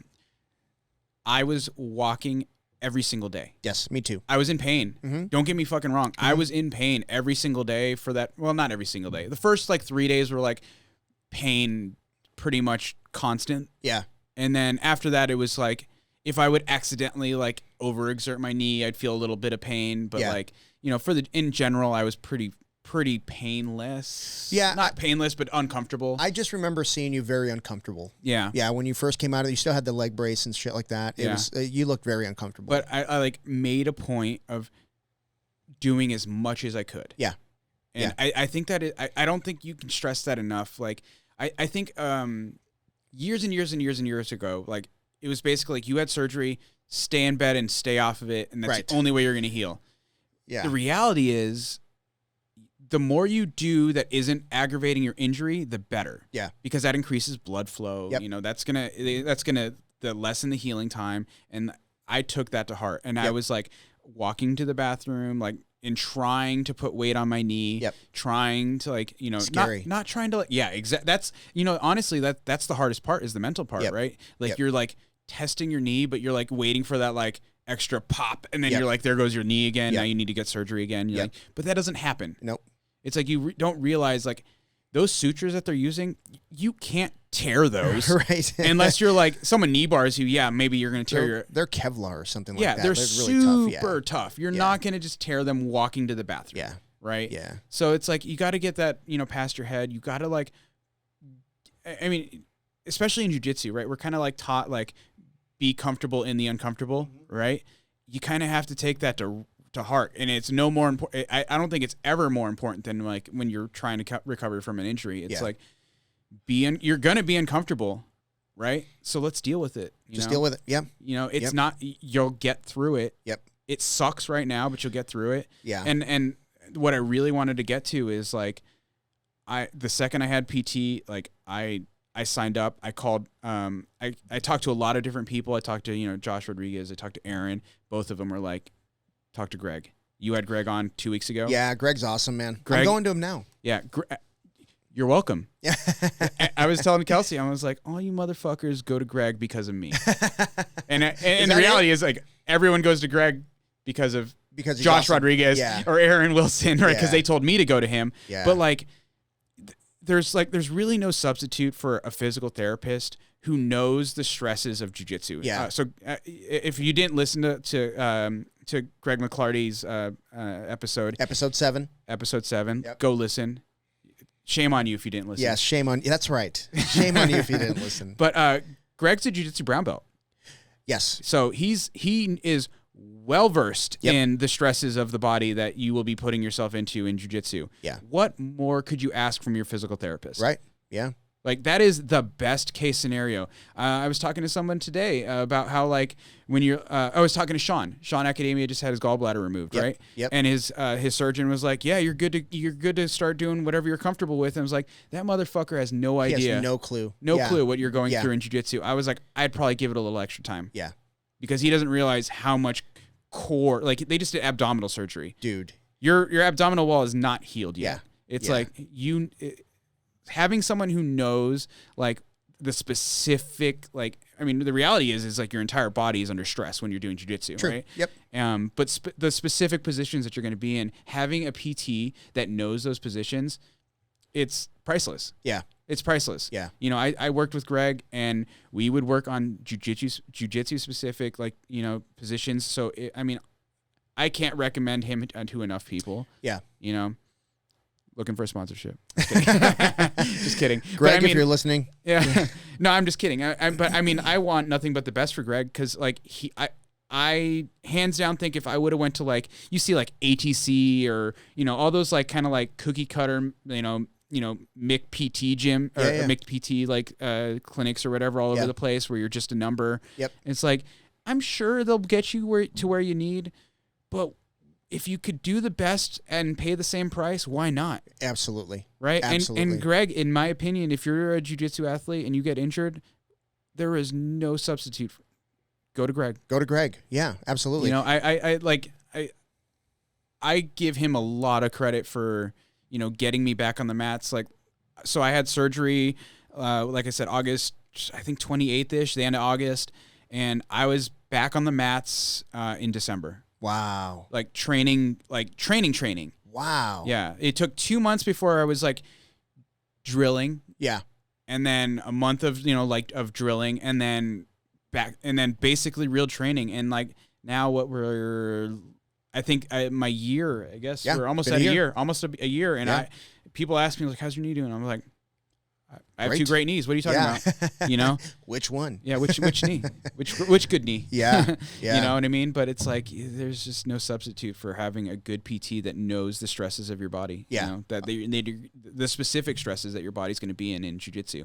Like, walking around on the streets is not the same as, like, being, you know, pretzeled up in a jiu-jitsu match, or even, like, holding guard or holding back position. That's a lot of stress on your LCLs. It is. People don't realize it, but it really is. Yeah. And you don't realize it until you get hurt. You're like, oh, I can feel it. There's a lot of outside knee pressure. Yep. You know, Orlando popped his LCL a few months ago, and he reached out to me, and, you know, I talked to him, you know, basically what I just, you know, told you is, like, dude, stay active as much as you can. You know, let pain be your guide.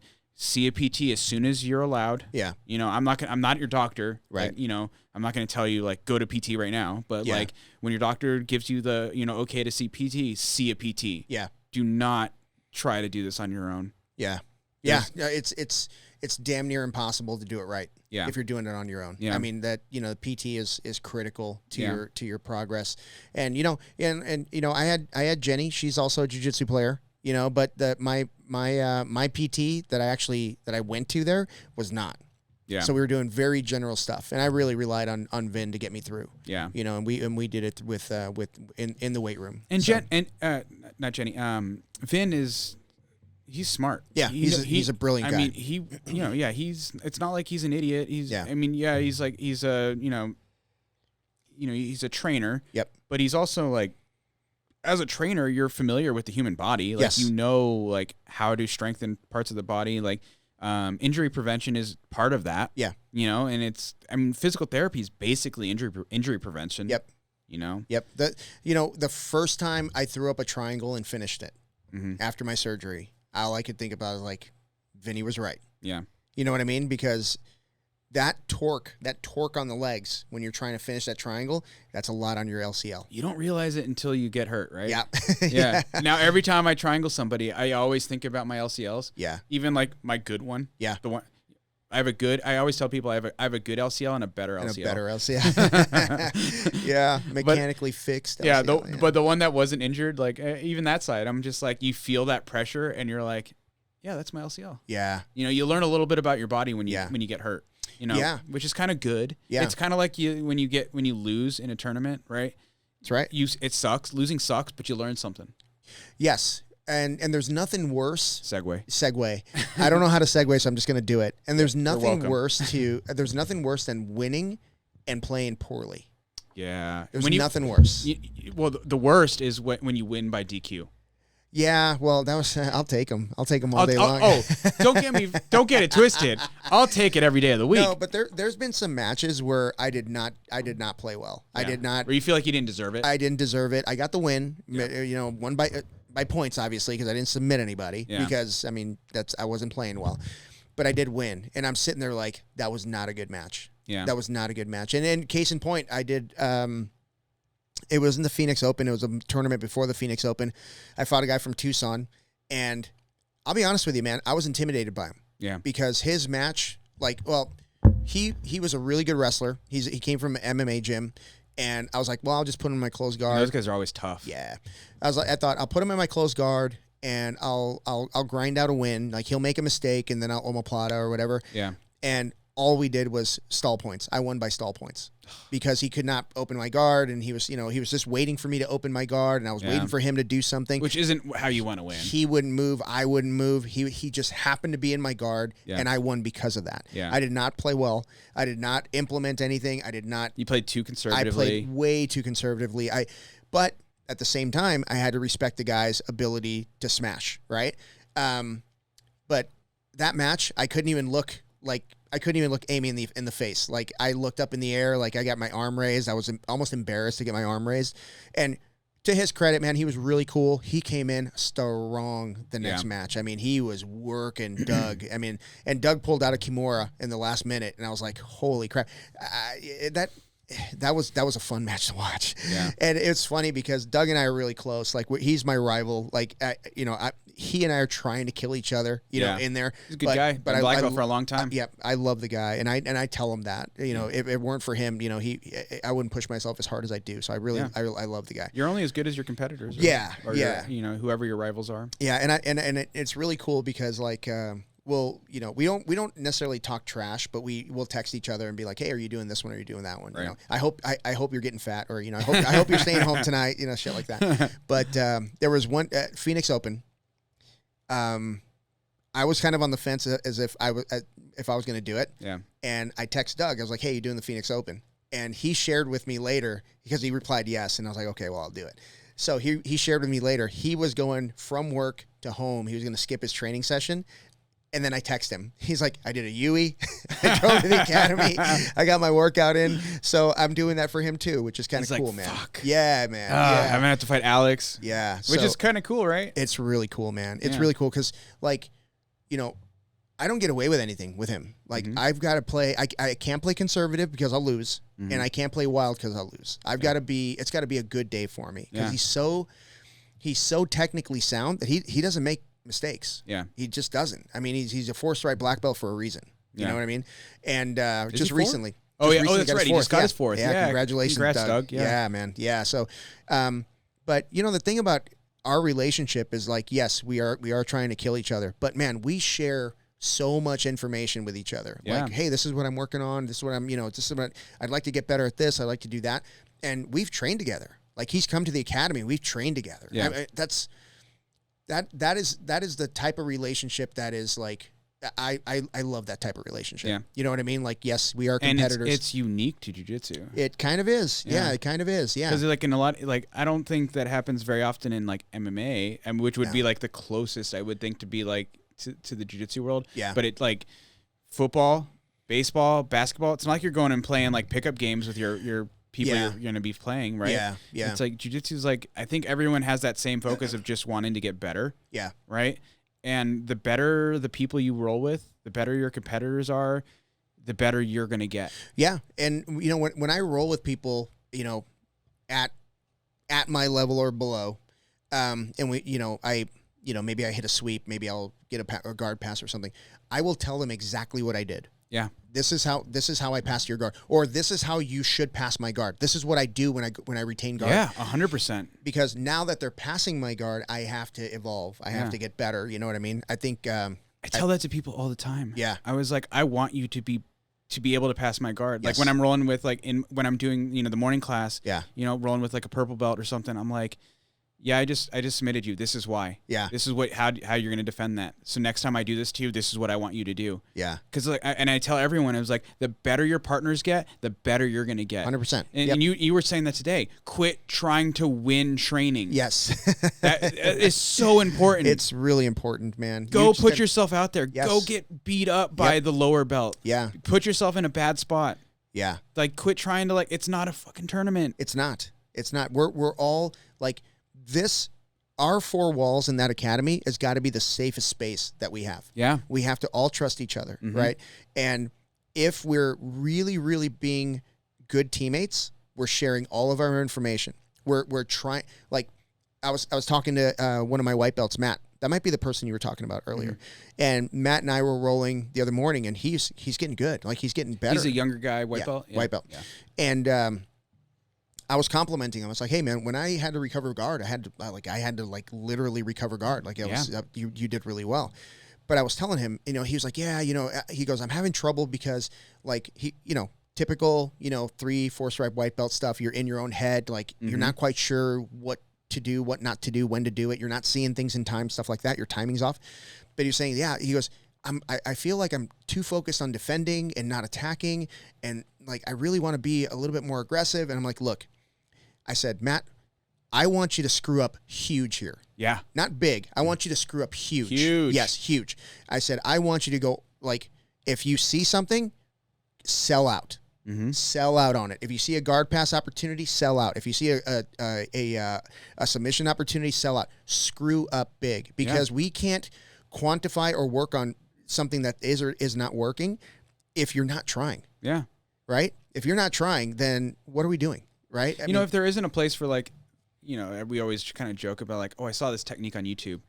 Fucking try it in a round. Try it in a round. I mean, see what's up. You might get submitted. Yep. Probably will, because a lot of that stuff is gimmicky. Like you were talking about with Samir, you're like, if it says sneaky whatever from this position, you lost. Lost me. But some of that stuff is legit. You just gotta try it, put the work in. But it's gotta put yourself in bad spots, or you'll never get better. Yeah. I'm not saying that sneaky shit doesn't work on me. Yeah. All right. I'm not saying that. It does. But I'm not the type of person that I want to learn some sneaky stuff. But I mean, the sooner anybody, and I'm gonna definitely call out the under 20 or under 30 males, all of you have an ego.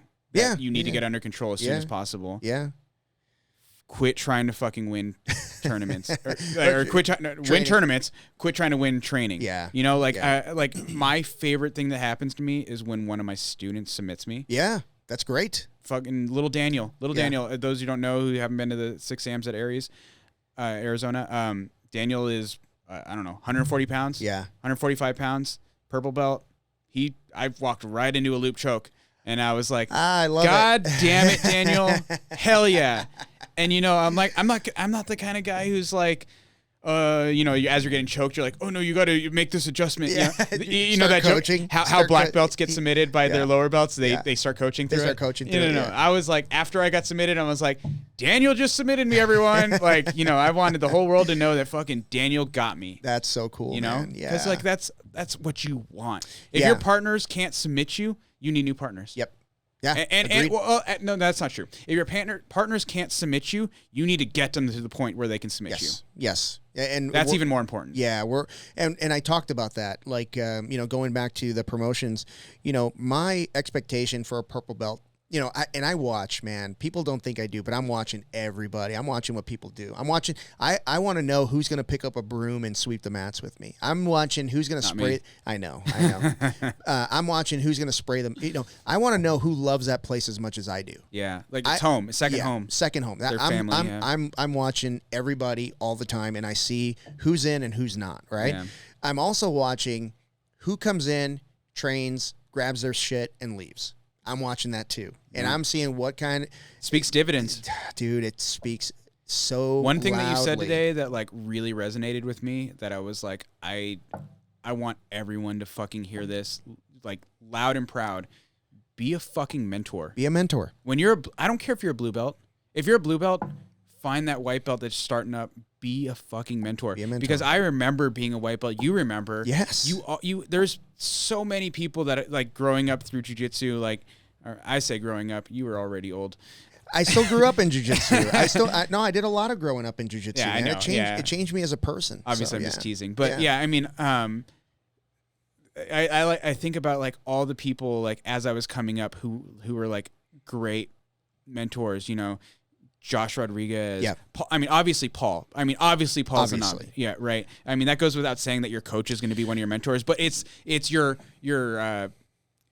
co-training partners. Yes. Not your the typical not your coach. Obviously, your coach is going to be one of your mentors when you're on your training path or your jiu-jitsu career or whatever. But like the people who are just there learning with you, but are a little bit better. Yeah.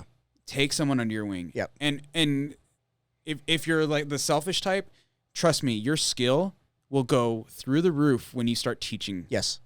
And the sooner you can get in that and get yourself in that boat where you're like mentoring somebody, you'll watch your jiu-jitsu because you don't want to teach somebody something shitty. Yeah. So if you teach someone like bad technique and then they go do it and they just keep getting submitted and you're like, oops. Yeah. Like you don't want to be that guy bad. who's like, you showed me how to do this and I keep getting submitted doing it. Yeah. And then someone else is like, yeah, that's because you're doing it wrong. It's supposed to be this way. Yeah. And you're like, well, I just taught this guy the wrong thing. Well, it's like, you don't want to teach someone the wrong way, right?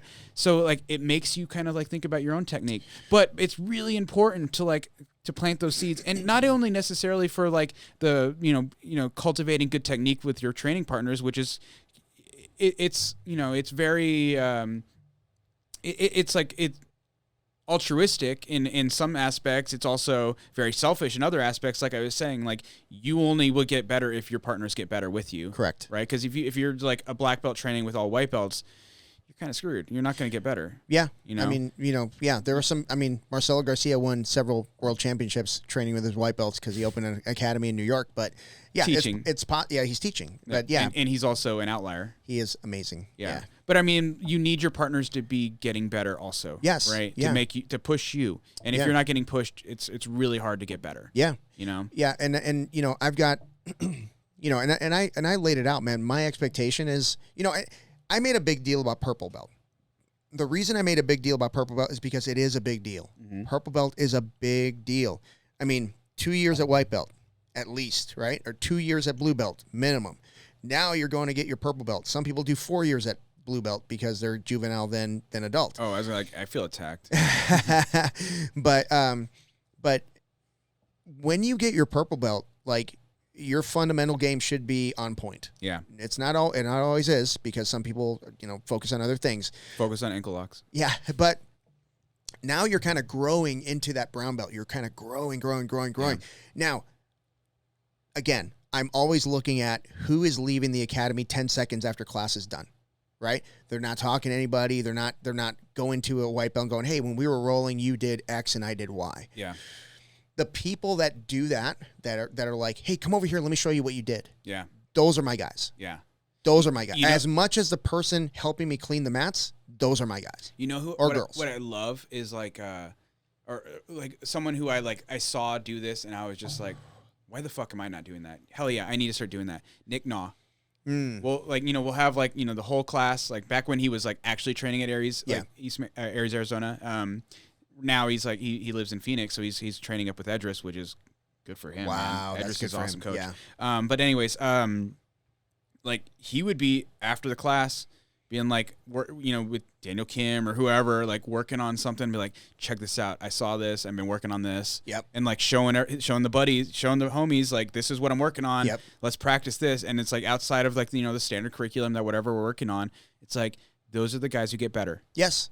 Yeah. If you want to be thinking about it, or like you get there early and you have like a little empty space on the mats, like, or at Paul's we have like the 2 mats, so you maybe be on mat 2 and you're like, hey, let me try this. Let me work on this thing with you real quick, or whatever.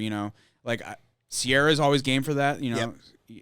Sierra's she is got one thing on her mind, and that's getting better at jiu-jitsu. That's it. Which, if that's your goal, that's your fucking goal, and that's how you got to do it. Yep. And it's fun. It's fun to work with those people who are like willing to be like, yeah, let's go play. Yeah, it's refreshing. You know what I mean? It really is. I think that I spend a lot of time coaching that when somebody wants to teach me something, it's like, oh yes, here we go. Yeah. Like, you know what I mean? Like it's such a relief. Like I always tell people, like I have the best gig in the world, man. Like I get to coach in the morning and then I get to, train at night. I get to do sales in the evening, right? Train at night. I have an awesome, which you'll be done with soon. Yeah. I have an awesome jiu-jitsu coach that is, one of the top guys in the world. And he is, yes, like it's so funny because you watch Josh compete and he's like so dynamic, you know what I mean? And he wants to win in spectacular fashion. Yeah. But when you talk to him about fundamentals, he is fundamentally sound. Yeah. He is fundamentally sound, man. And it's so cool because like he'll show me little things, man, like little things like point your toes and it tightens the choke. I'm like, oh my gosh. You know what I mean? Just the grip, it goes from here just up slightly. And I'm like, wow. And then, I always considered, my grips to be pretty strong, and he showed me how to get my grips even stronger. And I'm like, man, this is so awesome. I mean, that's refreshing. There's so many like little things in jiu-jitsu where like, how like grips are a good example, right? Like, so like a lot of people don't know, or maybe they do know, like I was a rock climber before jiu-jitsu, right? So that was my background. Like I did it for many years. Yeah. Like it's only, if it wasn't for COVID, I would probably be still jiu-jitsu secondary. Wow. Because like all the gyms closed down, like the climbing gyms closed down, and everyone in the climbing community was very much like on board with like the COVID like separation from everybody. Is COVID up on the rocks and stuff? I guess. Okay, apparently. right on. Cool. Apparently, I don't know. That rope has COVID. Whatever. Yeah. I don't know. I mean, whatever reason, they all took it more seriously than jiu-jitsu athletes who were just like, we'll just not tell anybody we're training. We just didn't care. Yeah. You know what I mean? Yeah. But I mean, like, but everyone was like, Tojo's got grips. He's got those rock climber grips. Yeah. And the reality is like something that I translate from rock climbing into jiu-jitsu is, say you're grabbing, so in rock climbing we call them jugs, right? A big freaking hold that you can just wrap your whole freaking hand around, like a huge hold. Like almost a boulder sticking out of the rock. Yeah, like like there's no way you can't hold on to this right, thing. Like say like imagine like a pull-up bar, right? You got a pull-up bar on the freaking rock and you're like, I can't not hold on to this. Right. Versus like a credit card like piece of chip that you're holding on to, right? A tiny little hold, right? Yeah. A big, handlebar is going to be awesome, right?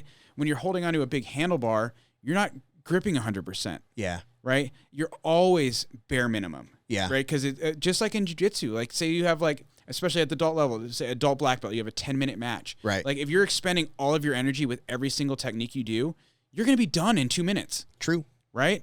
It's all about managing energy. Yeah. Right? Which is something that you always hear about, like the spazzy white belt, where they're giving 100% with every single thing they do. Yeah. Right? It's like knowing when and where to apply 100% and when and where to apply 20%. Yeah. So like when I'm gripping someone's like collar, I'm only gripping enough to like hold on to the collar, but like say it's 20%. I'm gripping 20% to hold on to your collar, and the second that person goes to break that grip, 100%. Yes. Right? And then when they give up on I can't break the grip, I'm going to release a little bit. Yep. Right? And that's what gives the illusion of, you have rock climber grips. It's like the reality is I'm conserving energy until I need it. Yeah. Right? Yep. And then, juxtapose that with like a white belt who's, I'm a grip 100%. Yeah. The whole freaking time. Not moving anywhere. Yeah, I'm just gripping, and it's like, he's not resisting. Why are you gripping 100%? Yeah. Right? And it's like learning like when and where to conserve energy, which goes back to like what I was talking about, like the farther and farther along the belt system you go, the less kind of like regular training doesn't really get you to the fitness that you need. Like you got to start doing auxiliary things. Like you got to start doing, got to start lifting. You got to start running hills or running stairs or whatever it is, right? You got to start doing that extra stuff because you're so good at conserving energy at that point that you're not getting the cardio you need. Yep. Right. Or the conditioning you need.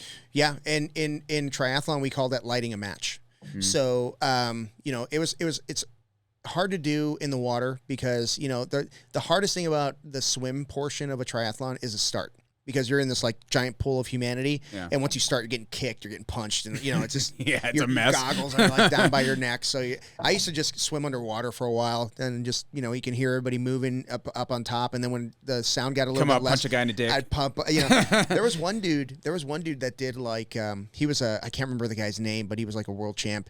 He would be in the back of the swim pool here, and then he would time it.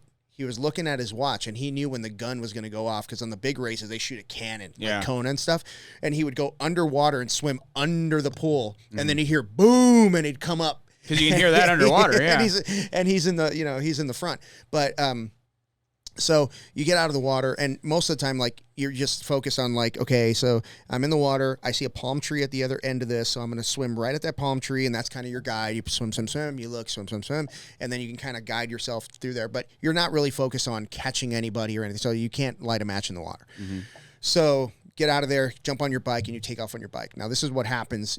Ego is a big thing. So I didn't do a lot of, like, I didn't go by, like, watts of power. I went by heart rate. Sure. And so I would say, okay, so this is a hilly course. I can't get my heart rate over 168, whatever it was, Trying to avoid that burnout. Yeah. Right? So, but what people would do is they would see a hill, and they come out of the saddle, and they're just getting it, right? And I'm like, that son of a bitch just lit a match, right? And you've got... burning down to your fingertips. You've only got so much of that match, right? Yeah. And then you'll see them on the run. Like, ego. Again, somebody passes you, you speed up. They get back, you speed up. You get to a point where you're almost in a foot race, you lit another match. Yep. And eventually you're going to run out of matches. Yep. And you just run, and you basically you run out of energy. Yep. You're done. Like, so I was getting murdered on this bike course in Henderson. It was 112 miles, super hilly, man. It was like crazy, crazy elevation. But I'm getting past, just people flying by me, coming out of the saddle. Yeah. Those same people were on the run course, like they looked like zombies. Yeah. It looked scary. They were just done. They were just walking, like slapping the feet on the pavement. Yeah. And I was just motoring right past them. Yeah. Because, I mean, and the same thing applies for jiu-jitsu. If you can find that moment where you absolutely have to light a match, right? Maybe it's a guard retention situation. Maybe it's a guard passing situation. And you just burn through it, boom. But you conserved enough energy, right, by not gripping too much or not, not holding on too tight. Yeah. You can get away with it. Yeah. Right? Otherwise, you're just screwed. Well, that's like, when, especially like the people who've never competed before. Yeah. Like the one thing that I tell all the white belts when they're like, this is their first tournament, or maybe second, third tournament, like the first tournament didn't go well or whatever, is like, just remember, that guy's going to come at you with 1,000%. Yep. He's going to give you everything he has right out the fucking gate. Whether the first 30 seconds, he's going to fucking lose his energy. Yep. And then you go to work. Yep. Yeah, that's solid advice, man. Solid advice, because that's exactly what happens at white belt. Yeah. You weather the storm, and then you hear them huffing and puffing. Yep. And, man, they're done. They just run out. They're done. They run out as of long gas. as you conserved energy for that first 30 seconds, now you can start working. Yep. Don't get your guard technique. passed. Use technique. Yeah. Don't get your guard passed. Do everything right. Be technical, but don't blow that load. Yep. Yeah, and you see it all the time. And I remember, like being a white belt, and say you survive that first round, your fucking arms are like, I can't close my fists. I can't close my fists. I've been in a match on someone's back, unable to choke them because I can't even grab their collars. I can't grip. So I just went double under grips, and I just held on because I got my 4 points, and I'm not giving it up. And you don't have to, right? No, it's terrible, man. It's terrible. But I mean, even if like it's you're gonna. I remember being a white belt, and that was the one thing that like always caught me off guard. Like at white belt tournaments, is like, holy shit, this guy just fucking came at me, like sprinted at me, right? Yeah. And it's like you need to like be ready. You just be like, just so you know, he's coming at you like a bat out of hell. Yep. Right? He's coming at you with everything he's got the second they say combate. Yep. Right? So be ready for that. I'm not saying be intimidated. Right. Just know that he's going to give you everything he has, and it's only going to be for 30 seconds. Yep. Because he's going to give you everything he has, and he's going to be tired. Yep. How far do you think you can sprint? A mile? Maybe maybe 400 meters? Right. Right? Not far. Just a matter of time, dude. I mean, and you can sprint 400 meters, but like you're really only you get to your top speed in the first like 20 feet, and then it's a slow decline from there. Yep. Right. Like, yeah, that's the mentality you got to have. Yeah. Just wait till they burn themselves out. I can't remember if I read it or heard it on a podcast or something like that, but they were talking about sprinting, and they were basically saying it's like to win sprinting races, it's not who can sprint the fastest, it's who loses their top speed the slowest. Oh, yeah. That makes sense. Because you can get to your top speed, sprinting pretty quickly. Yeah. But, like, 40 meters is a long distance. Yeah, it is. Right? Yeah. It's to be 100% all out. Yeah. And you can't 100% for 120 feet, right? Yeah. Or whatever it is, right? Yeah. Whatever race you're doing. It's like you're really going to get to your top speed in that first, like, third of the race. And then you're trying to hold on to that for the last, 2/3. Yeah. And whoever, like, peters off the slowest is the one that's going to win. It's true. Even if, like, the first, like, say, like, the second place guy, like, is a little bit faster in that first third, but drops quicker, Yeah. you're going to still win. Yeah. Right? And that's all, that's kind of like how a jiu-jitsu match is. It's like, let that guy blow his load. Let him be the guy who's running, 30 miles per hour in the first third, and you're doing 20 miles per hour. Yep. But you can hold on to the 20, and he drops off the map at 30. Slow and steady, man. Yeah. Slow and steady. Yeah. And there's things like, we always tell our students, you and I came from the same place, so we have the same mentality. Be the first one to implement whatever you want to do. Mm-hmm. Make a decision and execute, right? But there are times when things just kind of fall in your lap. Yeah. Like, okay, so I'm gonna pull guard sweep, and then I'm gonna pass in this way. Well, maybe they pull guard. Well, guess what? You're already at your sweep. Yeah. So just implement your pass game. Yep. Right? Just get right to it.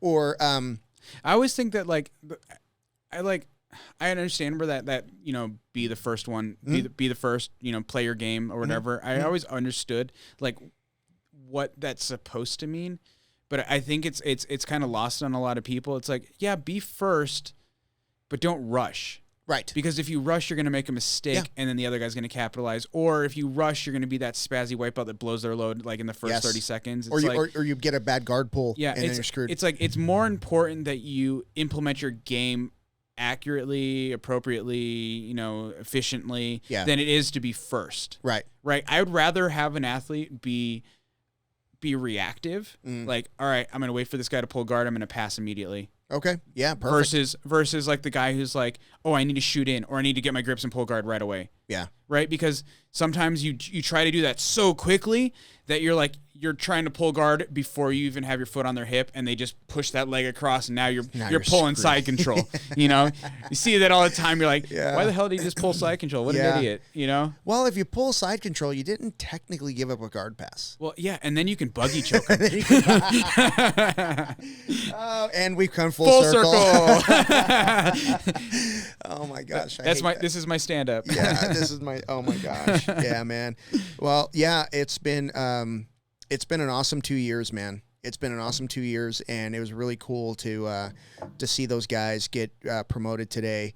And we had one brown belt get promoted today, a few purple belts. Colin impressed me at Fight to Win. Yeah, he did well, man. Because I've rolled with him, and he's good. I mean, obviously he's much larger than me, so, like, there's the game's a little different, right? Yep. But I didn't. He was really technical at Fight to Win, and I hadn't seen that. No, he's super technical. Yeah, I hadn't seen that in, like, the a couple Fridays a month I drop in, right? Yeah. And I was impressed. Yeah. I was very impressed with his technique at the Fight to Win. Like, he looked like he was playing that with that guy. Yeah. And the thing about Colin as well is he's everything you want in a student and a teammate. Yeah. He's everything. I mean, he's good attitude. He's a mentor. Technical, yep. He's a mentor, and man, like, literally steps up whenever we need him. Like, hey man, short notice. I'm sorry, but I need you to teach this class. Yeah, I got it. Yeah. And he nails it, man. He nails it. Like, he knows what he's doing. He and Chris get along really well because they have the same self-deprecating sense of humor. But really, his game is super technical. I really enjoy having him around. Got another one coming up. D. He's gonna be a brown belt he's pretty awesome. soon. Yeah, I thought he was gonna be on that list today. Honestly. Yeah. He's close. He's close. Yeah. No, he's right there. Yeah. I mean, was it you? Someone told me he's 37. I'm like, damn, 37. man. I feel sorry for those guys. Yeah, man. When he gets his brown belt, he's gonna be right where he needs to be. Yeah. Doesn't compete. Yeah. Yeah. Has no But I mean, desire. he's like athletic. Mm-hmm. He's very technical. Yep. Yeah. Great attitude, obviously. Great attitude, yeah. And he's one of those mentors, man. After class, it's like literally, I'm like, D, I got to get you guys off the mat because I got to clean. Mm-hmm. But he's always like, if someone asks him a question, like, he'll throw his gi back on and go back on the mat and, talk him through what he was doing. Because he has a lot of, like I said, because of where he came from and their curriculum was all fundamental. And from white belt to black belt, it was the same curriculum. Oh, that's something I want to point out. What's that? White belts, blue belts, purple belts, I don't care who you are, do not be afraid to ask questions. Yeah. Yeah. Like a lot of people like feel like, especially like when you're talking to a brown or black belt, they feel like those people are untouchables. Like I just need to listen. Yeah, that's true. You should listen to what they have to say when they're teaching. But like, if you're getting stuck in a position, do not be afraid to like approach Josh and be like, yo, I keep getting my guard past, my half guard past, here. What am I doing wrong? Yeah. Like the nice thing about jiu-jitsu is everyone is so willing to share information. Yeah. It's like, I know you kind of feel like you're stealing time sometimes. Like, at least for me, like when I was like a blue belt or a purple belt, like talking to a black belt, like after class, I kind of felt like I should just sign up for a private. Yeah. But it's like, don't think like that. You're not taking an hour of their time. You're taking like a couple minutes. Be like, yo, what am I doing wrong? I'm trying to knee cut and I keep getting stuck with this knee shield. And they'll show you like one little thing and you'll be like, okay, cool. Oh my gosh. I'm going to work on that. Okay. Yeah. Like, don't be afraid to ask questions. Like, I mean, I go out of my way to like point out things like when I roll with people like, hey, so this is why I was able to do this. Right. But like, if you're like trying a particular technique, don't just think that like that technique just doesn't work for you. Right. I can't, there's so many techniques that like when I was a white belt or blue belt where I'm like, this just isn't for me. And then like purple belt, brown belt, I'm like, oh shit, this is what I was doing wrong. You get it taught to you from someone else, or like maybe you just get it taught again and you like pick up a detail you missed in the original time or whatever it is. It's like, do not be afraid to ask questions. I can share a story with you. White belt at Paul Nava's, he was teaching us loop chokes. And I'm doing this loop choke and I'm thinking, this is the stupidest thing. I'm never going to use this. Yeah. This is ridiculous. How many times have you said that? Oh, too many. Yeah. Because I'm an idiot. Yeah. But this, okay, so I learned a very valuable lesson. And again, you know what? It was the Vegas Open. Okay. We're at the Vegas Open. Orlando was in town. He was like 18 years old. He's still 18, right? No, he's a kid. He's a child. Yeah. I think he might have been 18 or 19. He was a purple belt, just murdering. He's amazing. The guy's amazing. But Orlando in the final finishes a guy. And I didn't really see, obviously I have a white belt eyes. I don't know exactly what's going on. Like I know, but I don't. And he comes over, but we always took over a big area of the stands there. And I'm like, hey, Orlando. I was like, what'd you get him with? He's like, loop choke. I'm like, damn it.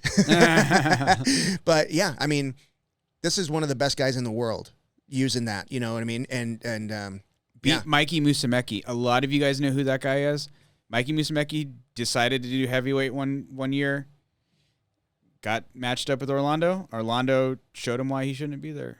Wow. Yeah, Orlando is good. He's so good. And one of the things that I learned from Orlando was actually from something good I did. Okay. So I think I was either a purple belt or a brown belt. I have like this really like neat like little setup. I obviously I can't show it now, but I have a really cool setup for hip bump. Okay. I was rolling with him and I hit it on him and I set up my hip bump and I swept him, and after the match he was like, show me that.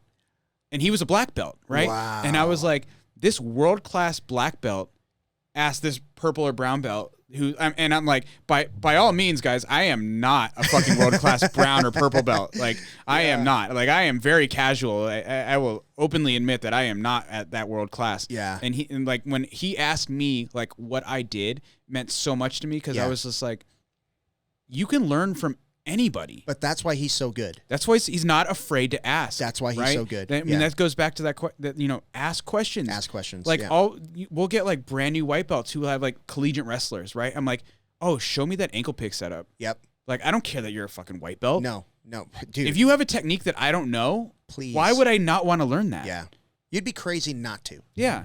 But too many people get stuck in like, I'm a purple belt, I can't learn from a blue belt or a white belt. Yeah. Or I'm a brown belt, I can't learn from that purple belt. It's like, I'm a black belt, and I'm like, I learned from white belts. Yeah. Well, you know, like I was listening, obviously I listen to a lot of podcasts, but I was listening to a podcast. It was a guy who was in the Navy SEALs, and he was talking about his time in combat. And one thing that he said a few times was, if there's an expert in the room, defer to the expert. Yeah. You know what I mean? Because there was a guy who was like, yeah, he was an Air Force guy or something like that. He was an Air Force guy, but he could he knew how to call in like airstrikes or whatever it was. Yeah. So instead of having this big inflated SEAL ego, he was like, no, it's like, you're the guy. You're going to call in these airstrikes because you're going to save our lives. You know, everyone on the outside looking in thinks of those like, oh, you're a Navy SEAL. You're the alpha. Right. No, right? But that guy was humble enough, just like Orlando's humble enough to say, you know what, that was good. Show me what you did. Yeah. And that's what makes him so freaking good. Yeah. That's what makes the best, right? Mm-hmm. Yeah, when Orlando came to town and taught a seminar at Paul's, he's like, you know, at the time, I don't know where he is now, but he was like number 6 in the world. And he was like, yeah, we're going to do a Toriano pass. And I'm like, this is going to be awesome. Yeah. Because this is something we do every single day. However, the number 6 guy in the world is saying, this is my guard pass. Or I'm like, holy crap. Yeah. You know what I mean? And if it doesn't work for you, it's because you're doing it wrong. Correct. You know, he's going to show you something that you haven't seen. Even though you think you've seen every Toriano pass there is, it's like, there's going to be a detail that you're going to catch from this. Yes. Like, and I learned that. I went to Edris's gym the other, maybe 2 weeks ago. Yeah. And I was like, I wasn't really like planning on learning from like him. I just wanted to roll with Edris. I wanted to roll with like, you know, his guys. And, you know, I want to have, you know, just go have a good training session. Yep. I fucking learned things, you know, and they weren't like they were doing like turtle guard passing or getting to the back from the turtle guard. And I'm like, I've seen this position a million times. Yeah. And I fucking learned something. That's it's great, like, man. it's like you are never above learning something new. No. That's why I love, like I said, I have the best gig in the world, man. Cause I, you know, teach in the morning, train at night. I've got Josh to teach me stuff. Yeah. And I, you know, one thing I do when Josh is around is I take I know out of my vocabulary. Yeah, fuck that. Completely out of my vocabulary. Yeah. I want to know. I want you tell me, dude. You tell me exactly how you want me to do this, and that's what I'll do. Mm-hmm. And you know, my game has evolved just because of Josh. Because I mean, he doesn't try to teach me things I can't do. Right. He only teaches me things I can do. Just like all of us. Yeah. Or I'm sorry, just like all of his students. Yeah. Like, if he has a student like Josh Beeman is a different animal, right? He can teach Josh different things that I probably won't be able to. He's an athlete. Josh is an athlete. He's a good athlete. Both Joshes are athletes. Yeah, both Joshes. But you know, this is what I love about Josh. He like I said, he only teaches me what I can do, and then he shows me how to time it. Mm-hmm. Right? And when he shows me the reasons why I'm doing what I'm doing, I'm like, it's so obvious now. Yeah. But if I were to be like, okay, I got it, I wouldn't see that little detail he's showing me. Make a bunch of stupid assumptions. Yeah. Yes. Yeah. So, things that I was doing, a guard, it's so funny, a guard that I've been playing for years, right? That I take a lot of pride in. Yeah. He's like, how did he put it? He goes, it's not that it's wrong, it's just antiquated. Yeah. Like like honestly, you, man. his side control. His way of controlling side control is how I completely changed the way I do side control. Yes. Like literally changed the way I do side control. The way he now. applies pressure is ridiculous. His like 12 o'clock grip on behind the neck, right? Yep. And then clamping with your elbow on the hip and then extending your straight arm, like your left arm, your typically the crossface arm, right? And then just being on your hip there takes zero fucking energy, and that guy cannot get you off of it. Yeah, and the way he says it, what does he say? He says you're using your skeletal structure to hold him in place, so you're not using muscular strength. I do it all the time. Because I mean, passing guard is a lot of energy. It is a lot of energy. You don't want to fucking get to side control and then be like, oh great, now I have to ride this fucking Bronco, right? Yeah, you can totally control him. Yeah, you get to that position and you let that guy just cook. Yep. You know, and I have 100% implemented that. You know, it's just like, which is just like, again, it's like it all comes down to efficiency. It's like that's like what good jiu-jitsu technique is all about, is be like learning how to be really efficient. Yeah. Yeah. You know. So let me ask you a question, man. Barring injury, okay? Barring any injury, what has been the one thing that has made you want to quit jiu-jitsu the most? Ego. Ego. I think ego is the killer of most jiu-jitsu athletes. Yeah. Right. And I think that is like, I think it's the root of why blue belts quit. Yeah. You know, because you kind of like you go from like being the rookie where everyone expects you to be an idiot. Yeah. To the guy where you feel like you've accomplished something and you feel like you're supposed to be that big fish in the small pond, but you're really fucking not. You're really fucking not. Yeah. You know, and it's like, I say it all the time. Like the sooner you can push back that ego, the easier it is. Like I do remember being a blue belt and then like getting beat by like, you know, a good young 4-stripe white belt or something like that. Yep. And you're just like, you leave class and you're like, I fucking suck. I fucking suck. Or even like right now, like, you know, it's not something that you just grow past and it never comes back. Like I'll get beat by like a purple belt. Yeah. You know? Yeah. And be like, fuck, am I really a black belt? Right. You know? Yeah. And you can't think like that. You can't fucking think like that. Quit comparing. I think that's really what it is. It's like, I don't care who you are. Quit comparing yourself to people. That, man, I'm so glad you said that. That is the killer of, what do they call it? The killer of all happiness is comparison or something like that. Something like that. So I was, when I was coaching the morning class over at Nava's, Dan, not Dan. Oh gosh, Iring. Oh my gosh, you're an idiot. I'm so sorry, buddy. I remember your face. The name's escaping me right now. But anyway, it's because he had half of a drink of whiskey. I had a sip of it. So we were sitting there talking before class, and you know he had recently got his blue belt. Yeah. And he's sitting there with imposter syndrome. Yeah. And at the time, I was a 2-stripe brown belt, and he's sitting there like just like. He goes, this just feels weird. It feels like I don't deserve this. You know, he was in his mid 50s at the time, right? Mm. Had like hip replacement surgery, like every reason to quit he had, and no one would blame him for it, but he kept showing up, and I love him for it. But Darren Ehring. So, Darren. Yeah. So I love you, Darren. Sorry, buddy. Yeah, he's up at 110. Okay, cool. Yeah. So I'm glad he's still training. But, you know, I said, hey, Darren, do you know who else is a 2-stripe brown belt right now? He goes, who? I said, Jake Watson. Do you think I compare myself to Jake Watson for a second? I mean, for that split second where you're like, oh, yeah, he would fucking murder me. He would freaking murder me. Yeah. You can't compare yourself to anybody. I said, this is your path. This is your journey. You cannot compare yourself to other people. I mean, all you can do is like, I tell myself this all the time. You are competing at the highest level possible for yourself. Yeah. You're competing at the highest level possible for yourself. And if you deviate from that even a little bit, you're going to be miserable. Yeah.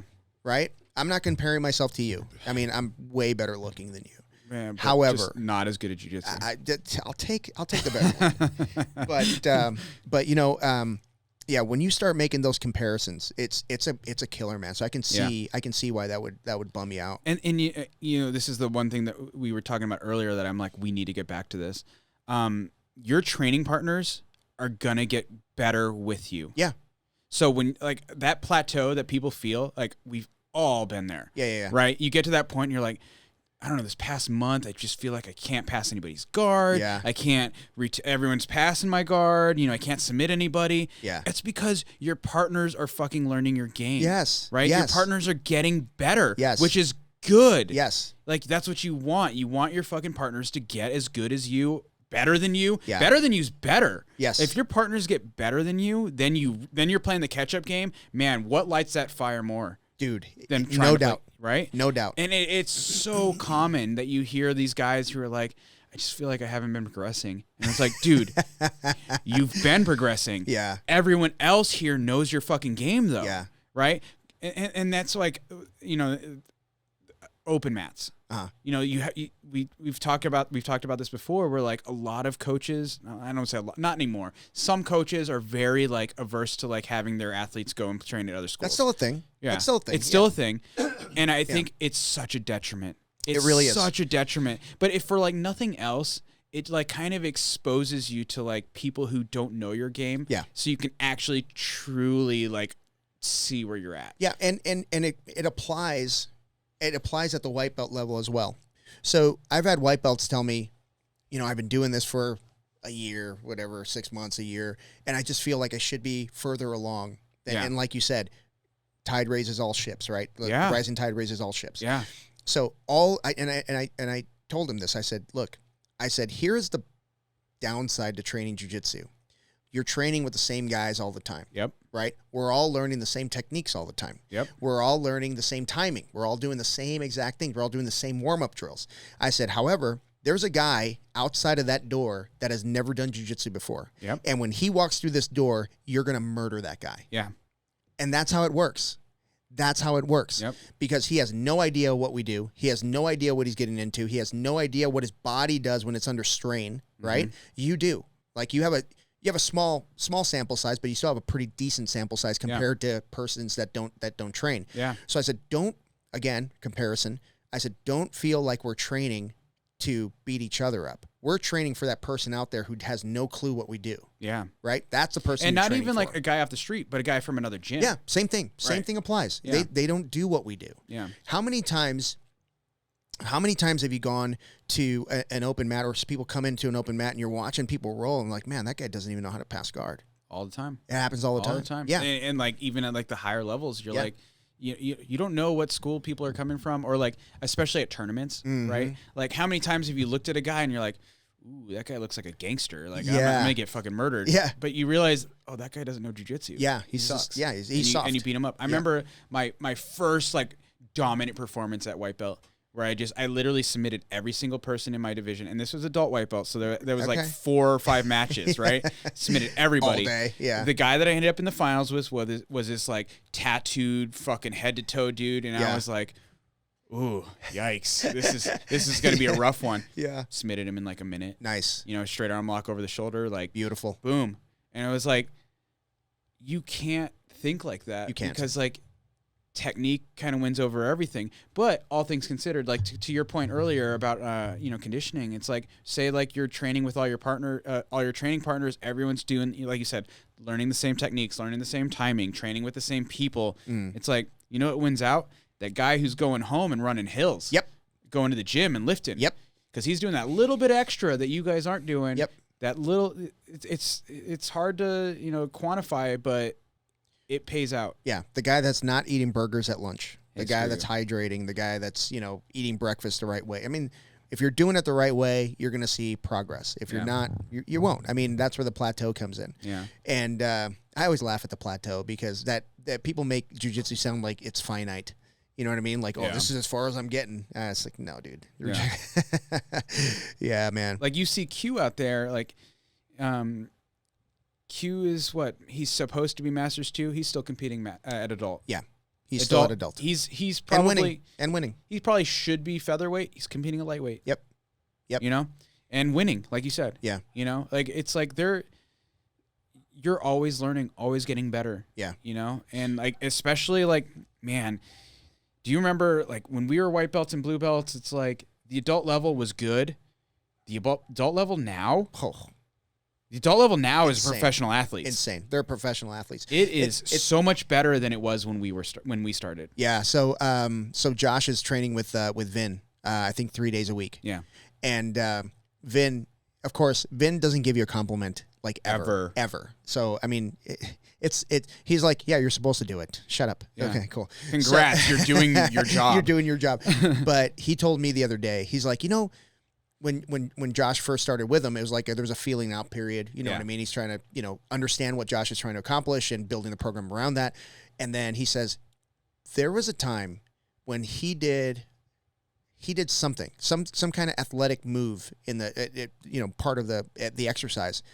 And Vin is like, oh shit, I have a professional athlete in here. And he was excited. Yeah. He was excited because now he can build a program around a professional athlete that has the mobility and with me, he's dealing with mobility issues. Like he's trying to work out the kinks in my body so that he can, and build old. Yeah. And build a program around it. Yeah. He's got Josh now and he actually just work on what we need to work on. Yeah. That kind of stuff. And the reality is like at Josh's level, if he's not doing that, he's a step behind. He is. Yeah, he is. But Josh has been, he's been like nailing his diet, weight training jiu-jitsu. He's got world-class I am murderers. so happy to hear that because, like, I talked to Josh the other day. I'm like, so what, are you going to wait till a week before ADCC to start cutting? He's like, nope, already started. Yep. You know, I'm eating like this or whatever. And I'm Yep. like, fuck yeah, dude. Yeah. I am so happy to hear that because I want to see Josh, because Josh already, technique isn't what he needs to work on. No. Josh has world-class technique. Yeah. But guess what? So does everybody else in his Have in you his bracket. seen the 66 kilo lineup? His bracket is the most competitive. Dude, 66 and 77 are like anybody can win. Yeah. Anybody can win. Crazy. Anybody. Yeah. So, like, it's not the technique. Yeah. It's who's going to put the most work in. Yeah. And Josh is eating right now. He's training. Like, today he had like the smallest plate of food for the. I was like, what is? He's like, I'm just gonna taste it. I was like, what, are you gonna chew it and spit it out? Like he's like trying to cut his weight like early, you know, kind of getting to where he needs to be. But he's like eating healthy also, you know. And then like you said, training with Vin, which I don't think that's anything he's ever really focused on, you know? Well, that, and he's got a great team around him. Yeah. Like, the guys from the West Side have freaking rallied, dude. Yeah. So Josh had a scheduling conflict in training on Friday. Yeah. Had to get his training in, but he had somebody, like a family member, going to the airport, was not going to be able to make the training Yeah, to pick session. up his family. Yeah. So the guys from the West Side came to our academy so he could get his training in. Yeah, Kevin, Q, you know, Liz, Clay. Yeah. Like, all you guys listening, you know who these people are. Yeah. Like, they are murderers. They are so And they all good. came in to train with, you know, at Aries East Mesa. But you know, that's humble little Aries East Mesa. like the humble little abode. But just the fact that, like, he's got that team around him, I'm super excited for him. Because I can't wait. I can't wait either. I can't wait either. I mean, he is going to be, regardless of the outcome, he has done everything he needs to do to get himself ready. Yeah. And I'm so freaking proud of the guy. And the funny thing is like the West Coast Trials, he fucking ran through that bracket, right? And he met up with Keith Krikorian at the end, and Keith ended up, you know, catching him with a heel hook, which can happen to the best of us. Yeah, happens to everybody. Like it did happen to Josh. Yep. Right. He's the best of us. Yeah. Yeah. You know, he's one of them for sure. Yeah. Right. And you know, it happens, but fuck, you should have saw Josh like before weigh-ins. Yeah, I heard. I have never seen someone look so depleted. Wow. He was like, he looked like a skeleton. He had to shave he shaved all of his body hair off. I don't think that did much for his weight. Like, I don't think placebo. Yeah, right. Whatever. and even like Yaya was saying, like, he was in the bathtub in the bath doing the, you know, the Epsom salt bath, and he was laying like on the having floor. a fucking miserable time. Yeah. Because he waited too long to put in the work. Yep. And he still ran through that bracket. He did, man. Right. And now he's putting in the work in when he should. Mm-hmm. I can't wait to see a fucking 100% Josh at ADCC. Dude, I mean, and right now his weight is going down, and he feels stronger than ever. When I roll with him, it's like you took a gorilla and put it in the dryer. Yeah. That's what Josh pissed feels off like. gorilla. Pissed off gorilla. Yeah, just shrunk down, pissed off gorilla. You know, the only thing that makes that bracket better if they had like Mikey Musumeci in there. It bums me out that he got injured, or not injured, but he had like he had like gallbladder or something like that. Yeah. He had to get removed. Yeah. And it's too bad. It's a bummer. Too bad. Yeah. But know? I mean, he's so young that, you know, it's just a bump, you know, just a little blimp on the. I wish they had radar. ADCC every year. I know, man. I know. It's kind of cool that they don't, though. I agree. It's like Olympics, yeah, right? it's like the Olympics. Yeah. And everything's got to go right. Everything has to go right. Yeah. Shit, man. Everything has to go right just to be invited or qualify. Yeah. So, and another thing I love about ADCC is that even if you're not on the invite or qualification list, you still have to work your ass off because you may be invited. Yeah. Someone's going to get hurt, and you could be on that short list of people that get invited. Yeah, a lot of people don't know. Like, Josh took second at the West Coast Trials, and so basically you had to take gold to basically guarantee your spot at the ADCC, you know, championship coming up this year. But he didn't qualify. Right. He took second. Yeah. He submitted everybody. Yep. Up until, you know, Keith Krikorian. Yep.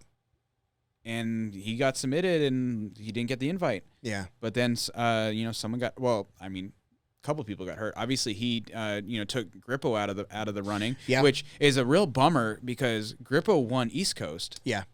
Right? And he already had his invite, went to West Coast, blew out his hamstring thanks to Josh. Yeah. Hey, what's up? Bummer, man. Bummer. But and I like Gianni. I like he seems like a nice guy. He's a good guy. I don't know him personally, but everything that he posts and what people say about him is he's all from positive. New York, so I naturally hate him. But I'm just kidding. Or Jersey or whatever it is. But I mean, it's a bummer, right? Yeah. Because he didn't need to go do the West Coast trials. He already had his invite. Yeah. That's a game player. Yeah. He just wanted more competition. Good for him, man. But he rolled the dice and he snake eyes, right? He got injured. Yeah. So one thing I like about what the positive that's coming out of the Grippo injury is everything that he's posting right now is this happened. Now watch me come back. Yeah, it's I'm getting back. I'm training, rehab, all that stuff. Yeah. I love, dude, anyone that feels sorry for themselves just pisses me off. I don't want to watch you. Yeah. No, this guy is he's game, dude. He is ready to come back. As soon as that thing heals, I'm going to be watching everything that he does. It's so easy to just be like, man. You know what? Fuck it. I pulled my hamstring. I'm not going to do anything. Everybody will understand too. Yeah. Yeah, of course, man. Of course you quit. Yeah. I get it, but not that dude, man. Yeah. Not that dude. That's awesome. That's why he's one of the best in the world. That's true. Yeah. That's what separates those people, those higher level people. Remember Josh blew out his knee was at Pans 2 years ago? We all thought he was going to need surgery. Luckily he didn't. Yeah. He just started rehabbing. Kept training. Yeah. And had a few setbacks, but kept going. Kept pushing through it. And then he, let's see, he had the Kennedy fight after that? Or was that before that? It was after. Yeah. Yeah. And, brought it back because for those who don't know, the first match that Josh Cisneros had with Kennedy was Josh was pretty dominant for the entire match until the last 30 seconds. I know it's a soft subject, Josh, if you're listening. We actually talked about that on the podcast. It's so funny because, when you hear Josh say it, it's like he goes, what did he say? He goes, I thought if I got to my feet, I would be good. I could run out the clock. Yeah. He goes, but I turned. He turned away for a half a second. And he says, and then he grabbed my leg, and I was like, oh, crap. Yeah. And that's, he just climbed up. And, a guy like Kennedy, the son of a living legend is going to, you cannot give him that opening. You can't give him that opening. So. Josh let up for a half a second and paid the price. And he knows it. Yeah. He knows it. And what's cool about Josh is he won't talk trash about a loss. I should have done that. Made a mistake. What is more oh God. What is more cringe than when you see a guy who lost and he's like, oh, that guy sucks. It's but he beat you. So what does that say about you? But you know what I mean? It's you lost. Why are you trying to put that guy down? He beat you. He beat you, man. That's all it is. All it is. What's that line from what is it? Shit, I can't remember the book, but it's King for a Day. Okay. It's some days it's your day, some days it's not. Yeah, it's just you can't be oh, that guy sucks. Right. He was the king for the day. He beat you. Yeah. Some days are just not your day, and some days you're 1,000% better than you usually are. Yeah. Whatever. Yeah. That's how it goes. Yeah, that's it. Right? That's it, man. Count of Monte Cristo. The Count of Monte Cristo. Yeah. That's going way back. Yeah, I love that line, "King for a Day," though. It's or "King of the Day" or "King for the Day," so whatever the line is. But it's it's so true, because you can be training all week and you're just burnt out, right? And then somebody just gets the better of you, right? Yeah, they're the king for the day. They beat you. That doesn't mean anything. You can be the king of the day next day. Yeah, next time you meet, right? Yeah, you gotta not let that eat you up. Yep. And if you let your ego get the better of you, the guy who's oh, that guy wasn't shit, I should have beat him, is yeah, but you didn't. You didn't. It's okay though. Yeah, it's okay. It's fine. Yeah. So hey, listen. The last thing I want to cover is I'm not answering your stupid question. No. You're not doing that. You already did the lightning round. You already lived through it. No, but the last thing I want to talk about is advice for people who who did not get promoted today. It's really hard to swallow. It was, my ego kicked in a little bit, when I had, when I got stripes on my white belt, and I thought, there's some guys that got their blue belts, and, I'm taking their backs and choking them out, and, it tugged on me a little bit. Yeah. But, there's something that, it was like I can't remember who it was, but there was a football player that got into the Hall of Fame. Yeah. Like pro football player, Hall of Fame. And he got, I guess they only do like 6 or 7 a year or something like that. And he got stepped over like a couple years running. And he was like one of the best of the best. Right. And he said something like, it was so profound, because he said he was talking to his mom, and he's in tears. Like he's like, I can't believe they didn't put me in. Like, a couple of his teammates got put in one year, and he thought that would be awesome if I get put in with them. Yeah. And his mom said, your day will come, and that's going to be the perfect day. Mm-hmm. It's going to be the perfect time. It's going to be exactly when it needs to happen for you. And when he's given a speech, that's all he could talk about. It was the words of his mom and how right she was. Mm-hmm. So I know I asked you the question, but I'll give my opinion first. I don't care. I'm just kidding. Yeah. So I think that not getting promoted when you think you should is a good thing. Mm-hmm. Because when you think you should and your instructor disagrees, that means you're not seeing eye to eye on something, and there's a conversation to be had. I don't believe in people coming up saying, like, well, I should get my whatever belt, stuff like that, because that's all ego, and that's not the type of person that I want to promote. Right. But maybe you should kind of internalize and say, I will not be denied. Yeah. I'm going to do everything I can. I'm going to train my ass off. I'm going to show coach. I'm going to not tell him, because words are bullshit. Yeah. I'm going to show coach that he made a mistake. And that's the type of student I want. That's when the ego is a good thing. Yes. Yes. Like I was talking to someone today. I was like, be undeniable. Oh, that's beautiful. Use that ego to be undeniable. Yeah. And like the problem is too many people in jiu-jitsu specifically like value themselves based off of that piece of fabric wrapped around their waist. Yeah. Unfortunately, you're right. You know? Yep. Right? And it's like none of that fucking matters. Yeah. In the grand scheme of things, it doesn't matter. Yep. Like walking down the street, you tell a guy, I'm a purple belt in jiu-jitsu. They don't give a fuck. They don't care. Yeah. Doesn't mean anything. Yeah. Right? But it does mean a lot to a lot of people. And I understand that. Because, like, I like to joke when I talk to Kelsey about, like, getting stripes. I'm like, who gives a fuck? It's a piece of tape. It's a piece of tape. And it is and it's not. Yeah. Like, I remember being a white belt and it mattered. Yeah. And I feel like the higher up the rank you get, the less you care about the little piece of tape. Yeah. Or even the belt also. Yeah. Like, but I mean, yeah, getting your belt does mean a little bit more than the tape and all that kind of stuff, right?